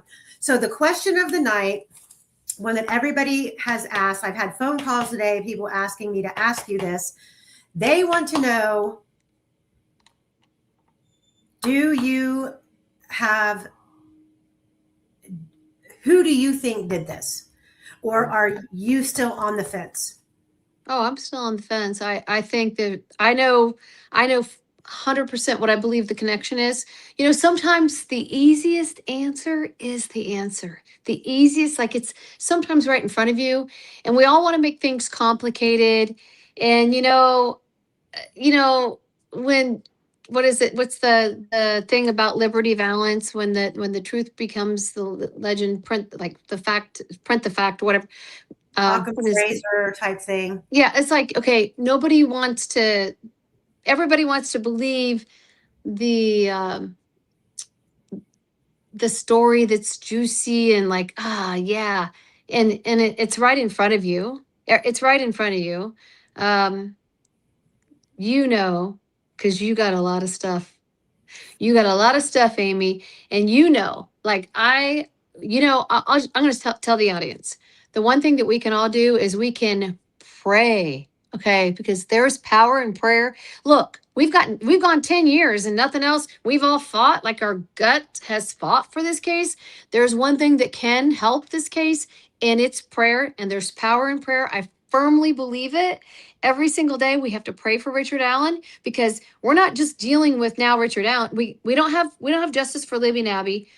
I don't know that we would ever find out who did this, possibly, because there's still stuff coming in. And by the way, there's stuff in the file that was never presented. I found things in my messages that I didn't even know I had during trial. Maybe if I would have found those, if I would have been able to present those that I found later, maybe it could have made a difference. That's how I ended up staying up all night, because I don't think that people understand. I don't know. I know everybody likes a juicy story. I have to have every detail. So last night when I went to bed and I took my laptop with me, bad mistake. So I was I was trying to get ahead of my marathon by days. And I was going through documents that I hadn't looked at for a while. Mm-hmm. And Ron Logan stuff was in there. And the way that I'm doing the marathon is I'm trying to parallel it with the timelines. So like, as this was happening over here, this is what was happening, and how things moved and the pieces and the parts shifted together. Mm-hmm. And so I'm having to go plug in these layers to make it all work. And so I started going back and I started messaging Quester, and I'm like, okay, we need to go back and we need to do a reverse timeline on this, because I've got the list of cameras from Delphi, but I'm not. And Ron Logan was a suspect pretty much from day one. Yet we have no cameras from 300 West. We have no cameras. So I got on my phone going through Google Earth. There's not a lot of properties back there, but the properties that are back there, Carl Abbott, the dentist, Tina Garrison, all big $300,000-$400,000 homes that sit on acreage. And I'm like, why don't we have at least a security camera from somewhere? Because why? Because Ron Logan coming and going that day did not pass the Hoosier Harvest Store. His quickest route to get to the transfer station was going 300 West. Going to Lafayette was 300 West. We could, if we had cameras from back there. So then I'm going, okay, how far is the drive to the transfer station? So we got it. Then I went and I timed the video of the transfer station. Okay. We know he was there, here and there. Well, the funny thing was, Quester came up with the gap with Ron Logan. I'm kind of giving away a storyline for we probably won't get to it to tomorrow. It'll be Wednesday. But there's a gap where we can say Ron's unaccounted for. Because the search warrant never says, I know a lot of people, and I think I may have even said it. So if I did, I'm retracting it now. Mm-hmm. The search warrant never said that his phone pinged out by the bridge. It said it pinged at 2:09 on his property.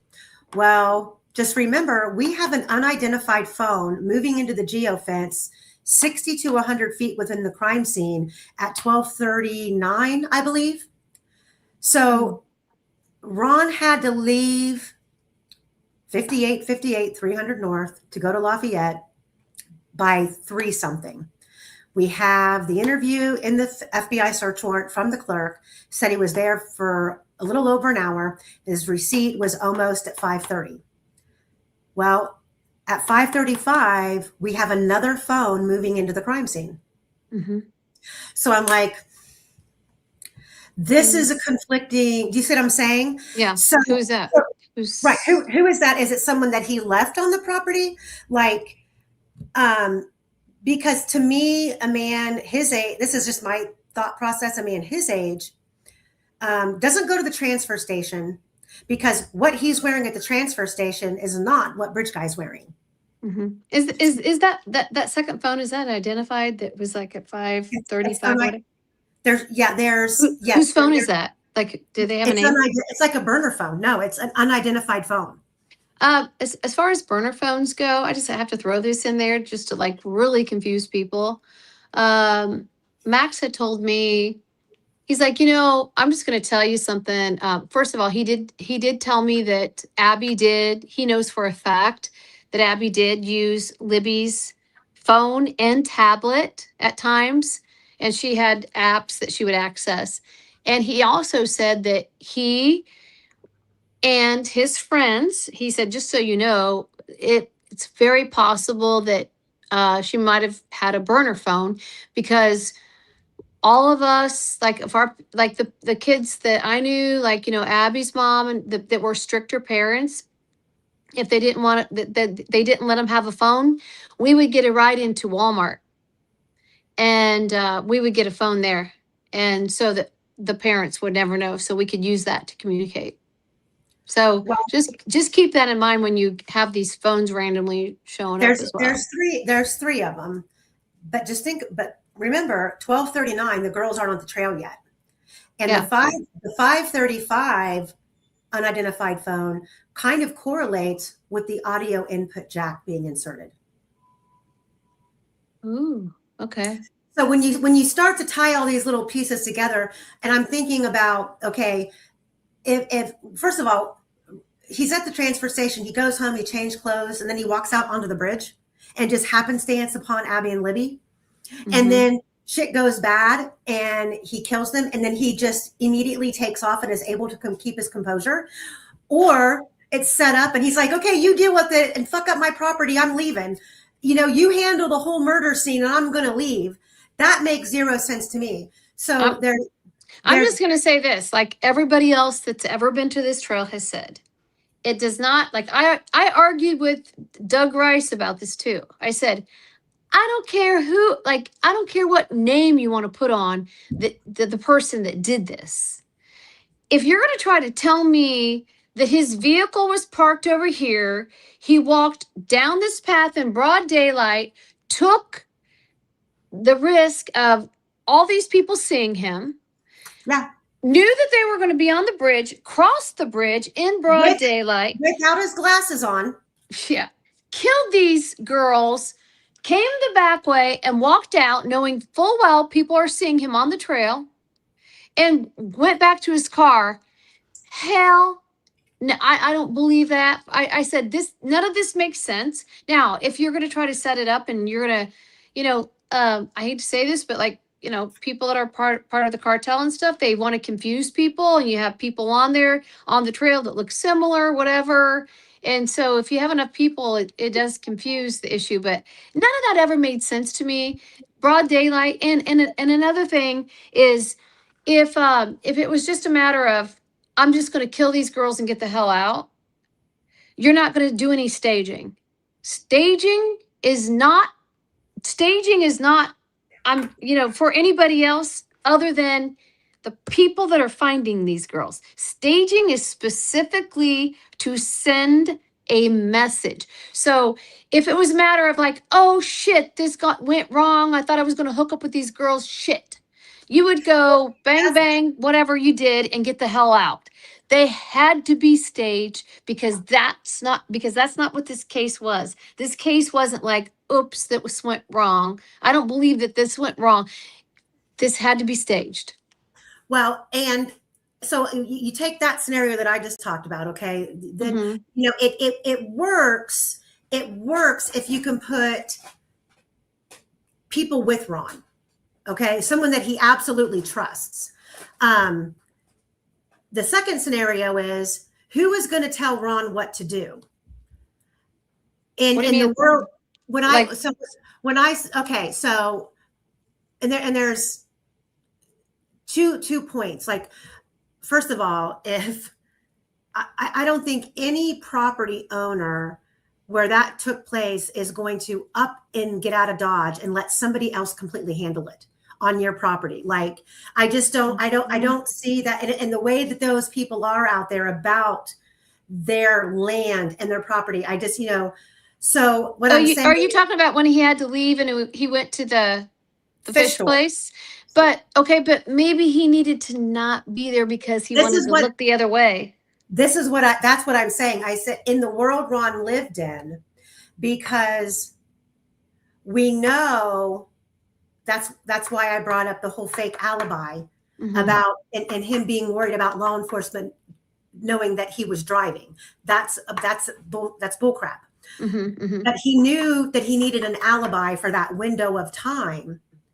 To, you know what I'm saying? So he lied about that. Yeah. And who's going to tell him what to do? Like, dude, shit's going down. You need to skedaddle for a couple hours. And do you see? That's what I'm like. Who's going to come over and take control of his property and say shit's going to go down here on your land and you're going to deal with it? A lot of people that look. Who was the one guy? MK, GK's dad. I don't want to really say it because that you can say it, because this guy, their best friend, Ron Logan and MK's best friend at the time, pulled up in front of the courthouse and told me, come here, what do you think's going on?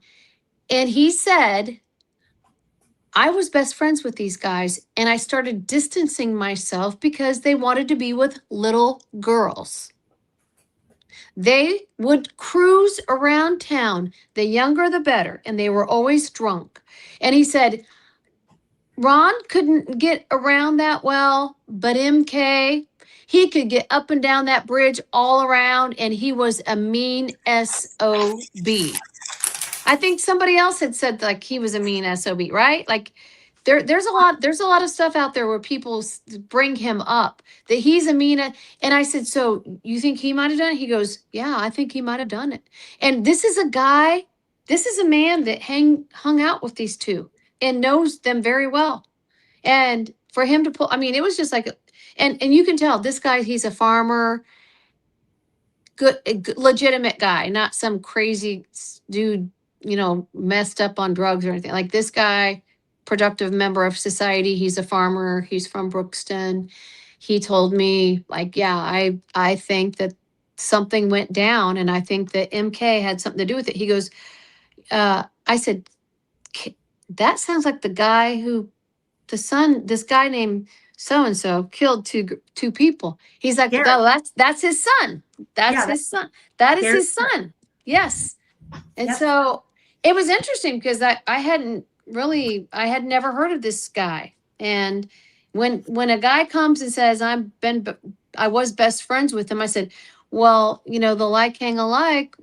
He's like, oh no, I started distancing myself because I was seeing this pattern of behavior.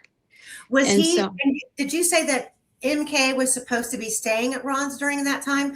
Because I've also been told someone else was staying there too. He said he said he was there all the time. He said there wasn't a day that I would ever see Ron without MK. And they were always in the truck and they were always drunk and they were cruising around town looking for young girls. And, I know Skip's got this information, but on Everything Computers, there was somebody that had reported this to law enforcement. I think we actually have a law enforcement officer to verify this, that Ron Logan early on had taken his two computers, his laptops in and wanted things erased. And on that laptop, and now at the time, I don't think he was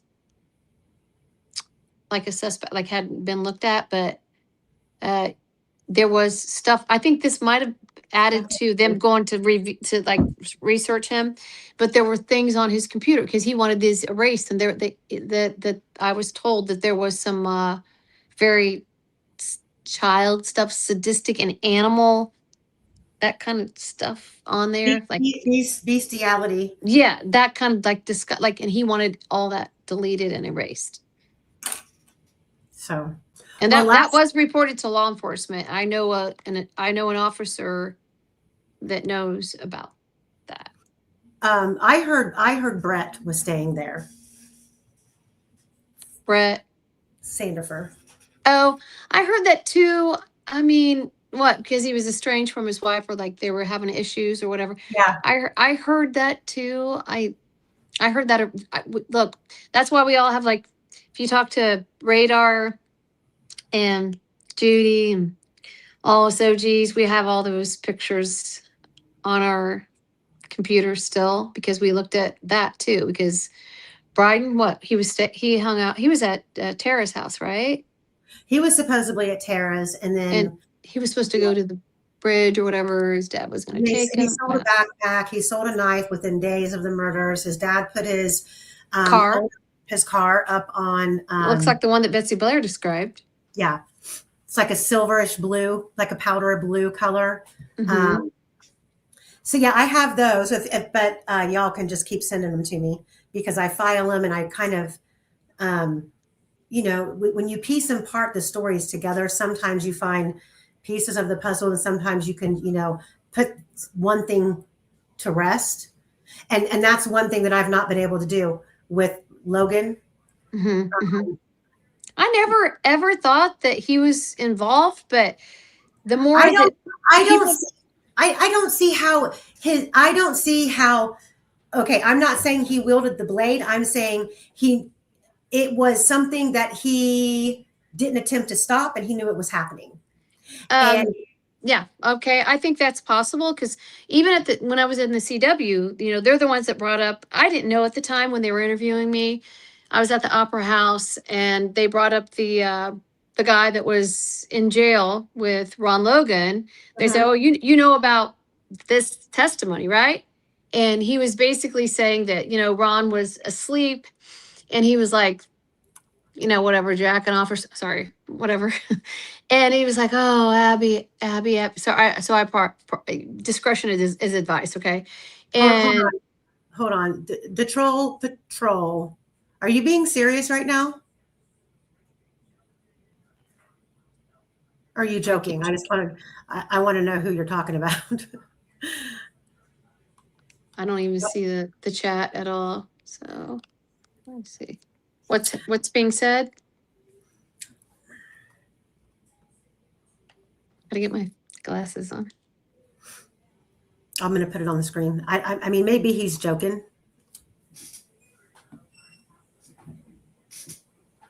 Do you see it?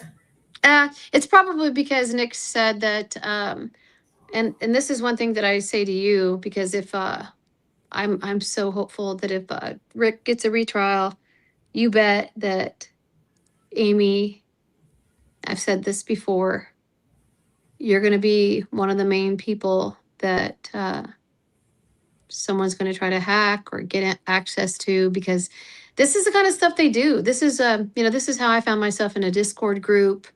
And I just believe, I was like, okay, I'm done. I'm going to give this, I'll just start giving this information up to people that I feel like can make a difference. And they said they want to make a difference. Fig told me, hey, I'm solving my cousin's crime. And this is hey, nice to meet you too, Fiend.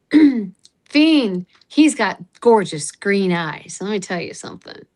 And beautiful skin. I will say that. Yeah. He's quiet. He's sweet. I met him at the Bacon Festival with Peggy O. Very nice. But anyhow, what was I saying? Sorry. Fiends of green eyes got in my way. Well, there is another question before I choke to death. They want to know what you think about Keegan Klein. He's a liar. Yeah. He's a liar. Okay. People are like, oh, you can't. I kind of feel for someone that was okay. Look, he's committed a crime. He's paying the time, doing the time, and all that stuff. But when you're an abused person, and it does sound to me, just by the information that I received through Kelly talking to him, that he was kind of being groomed very early and was abused by his dad and his friends. He told Kelly that like they would come over and take turns sexually abusing him, and kind of that's why like he got. Do you believe that though? I mean, I just Yeah, yeah, I do. I do because I see I called his grandma. I called grandma because I wanted to talk to her about it, because when Kelly decided she wasn't going to talk to Keegan anymore, we had all these people trying to interfere with it. I was going to call her, and I really wanted to talk to Tony Klein. I thought I was calling Tony, and she answered because I had a phone number, and she answered. So she obliged me and talked with me, and she said, I really, I don't see Keegan very much, only on holidays. Because I did ask her, I said, was he over at by the way, was he at your house on February 13th? Was he over at your house? And she's like, honey, the only time I ever saw him was on holidays. Like, yeah, he wasn't over there. Yeah. And she says, and then she got very emotional. She was like, I can't even tell you, my husband has been sick and stuff like that. So I felt really bad for her. But she did tell me that Tony had a very tumultuous relationship with her husband, and whatever Tony wanted went. And if it didn't go his way, he was very aggressive and not kind to his parents. And so she said that Tony and his dad kind of had a falling out. And then I did say that I had learned, and I said, do you know if Tony had ever sexually abused Keegan? Because my friend was talking to Keegan, and Keegan was talking about being sexually abused by his dad and his friends. I told his mom that. And she goes, well, I hadn't heard that, but it wouldn't surprise me. And I could tell it was a lot for her, and she did start crying, and I told her I was sorry. And so I didn't press it or anything. And so, I let her go. I felt bad because she did confirm that like Tony was an aggressive, kind of abusive kind of guy, and was cruel to them whatever he said went. And yeah, so that was the information I got. And you guys know I drove over there. I wanted to see if I could get like the Wi-Fi, and I wanted to kind of debunk Keegan Klein's crap that he said. And so I had my phone and got the Wi-Fi, and I knew his grandma's Wi-Fi because it was very clear when I was right there in front of the house, then the front of the house, the other house, and Travis Trexler's house was like a mile and a half away. And as soon as I pulled up to Travis Trexler's house, boom, it said Trexler, whatever Wi-Fi, and he lives right by the cemetery.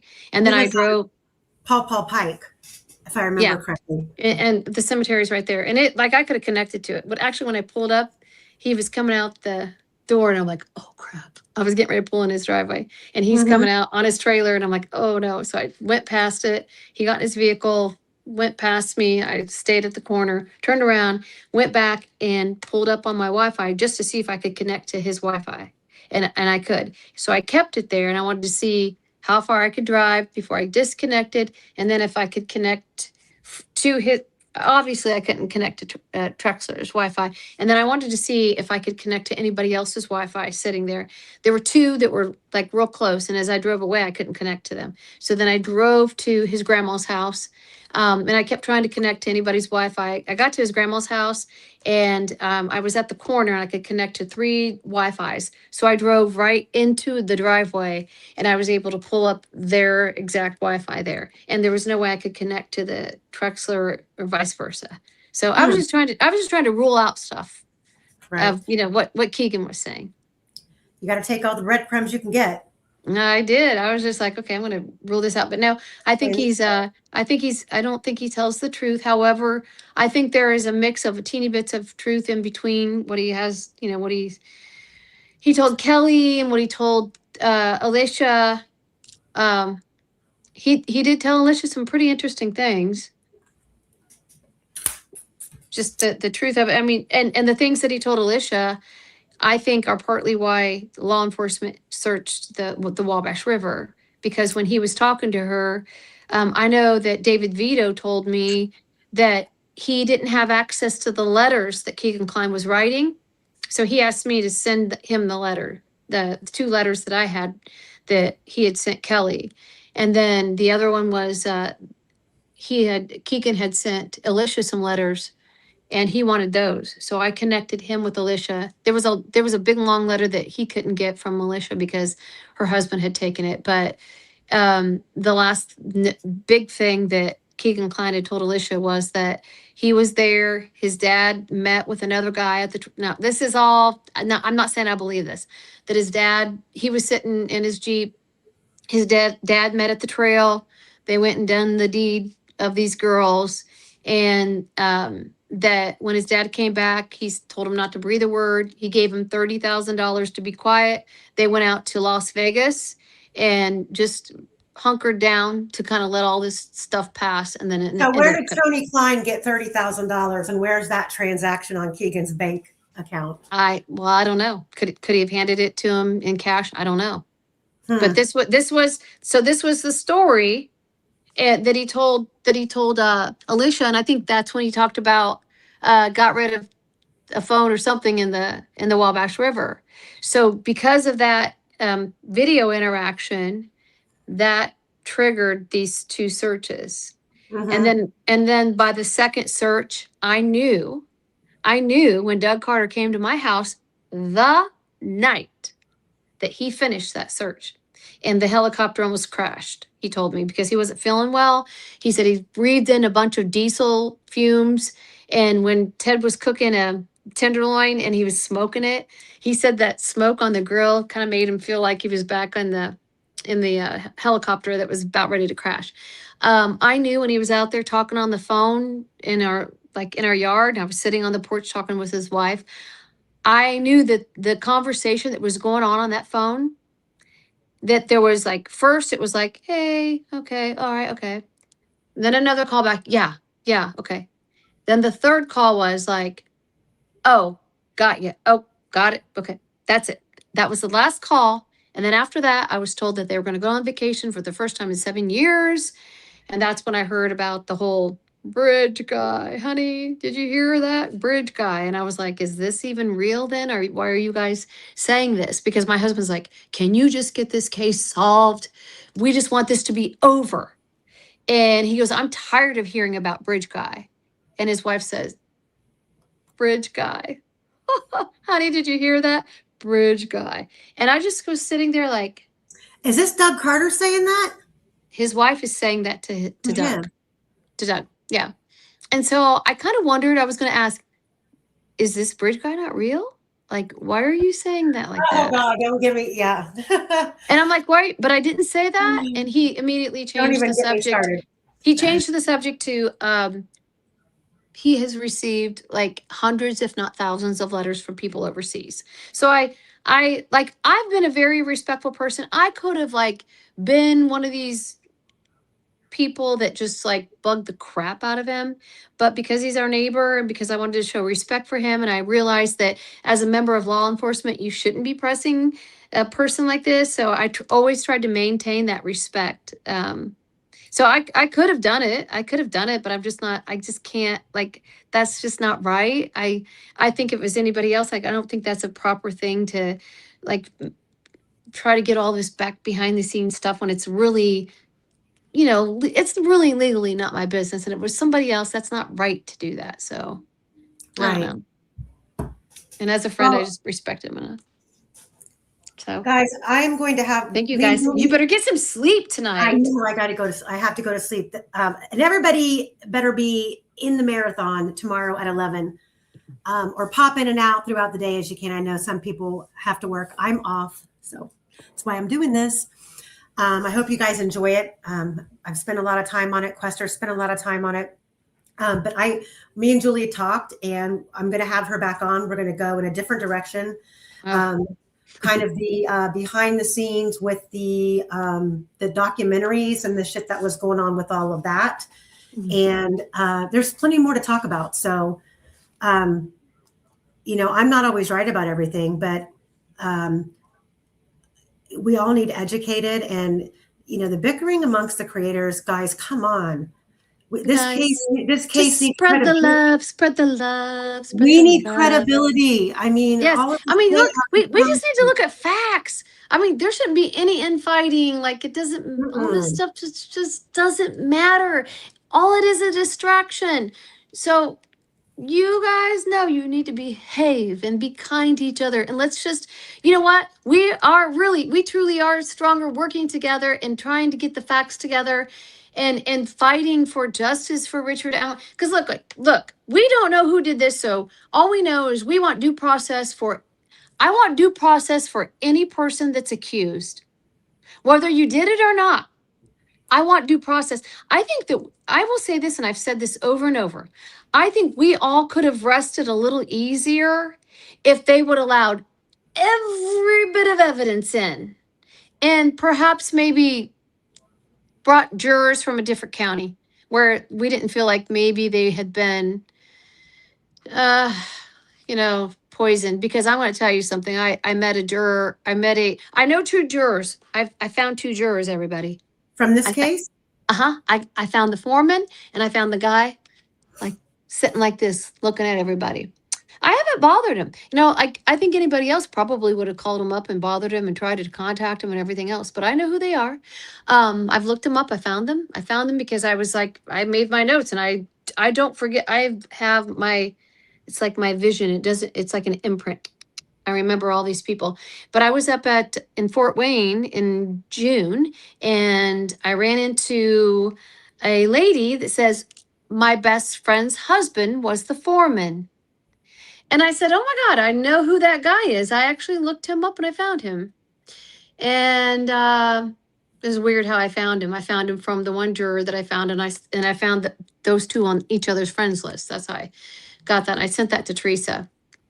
But she says, yeah, even he said this whole thing was weird and he wasn't exactly convinced. I said, what do you mean convinced? Convinced that this guy did this?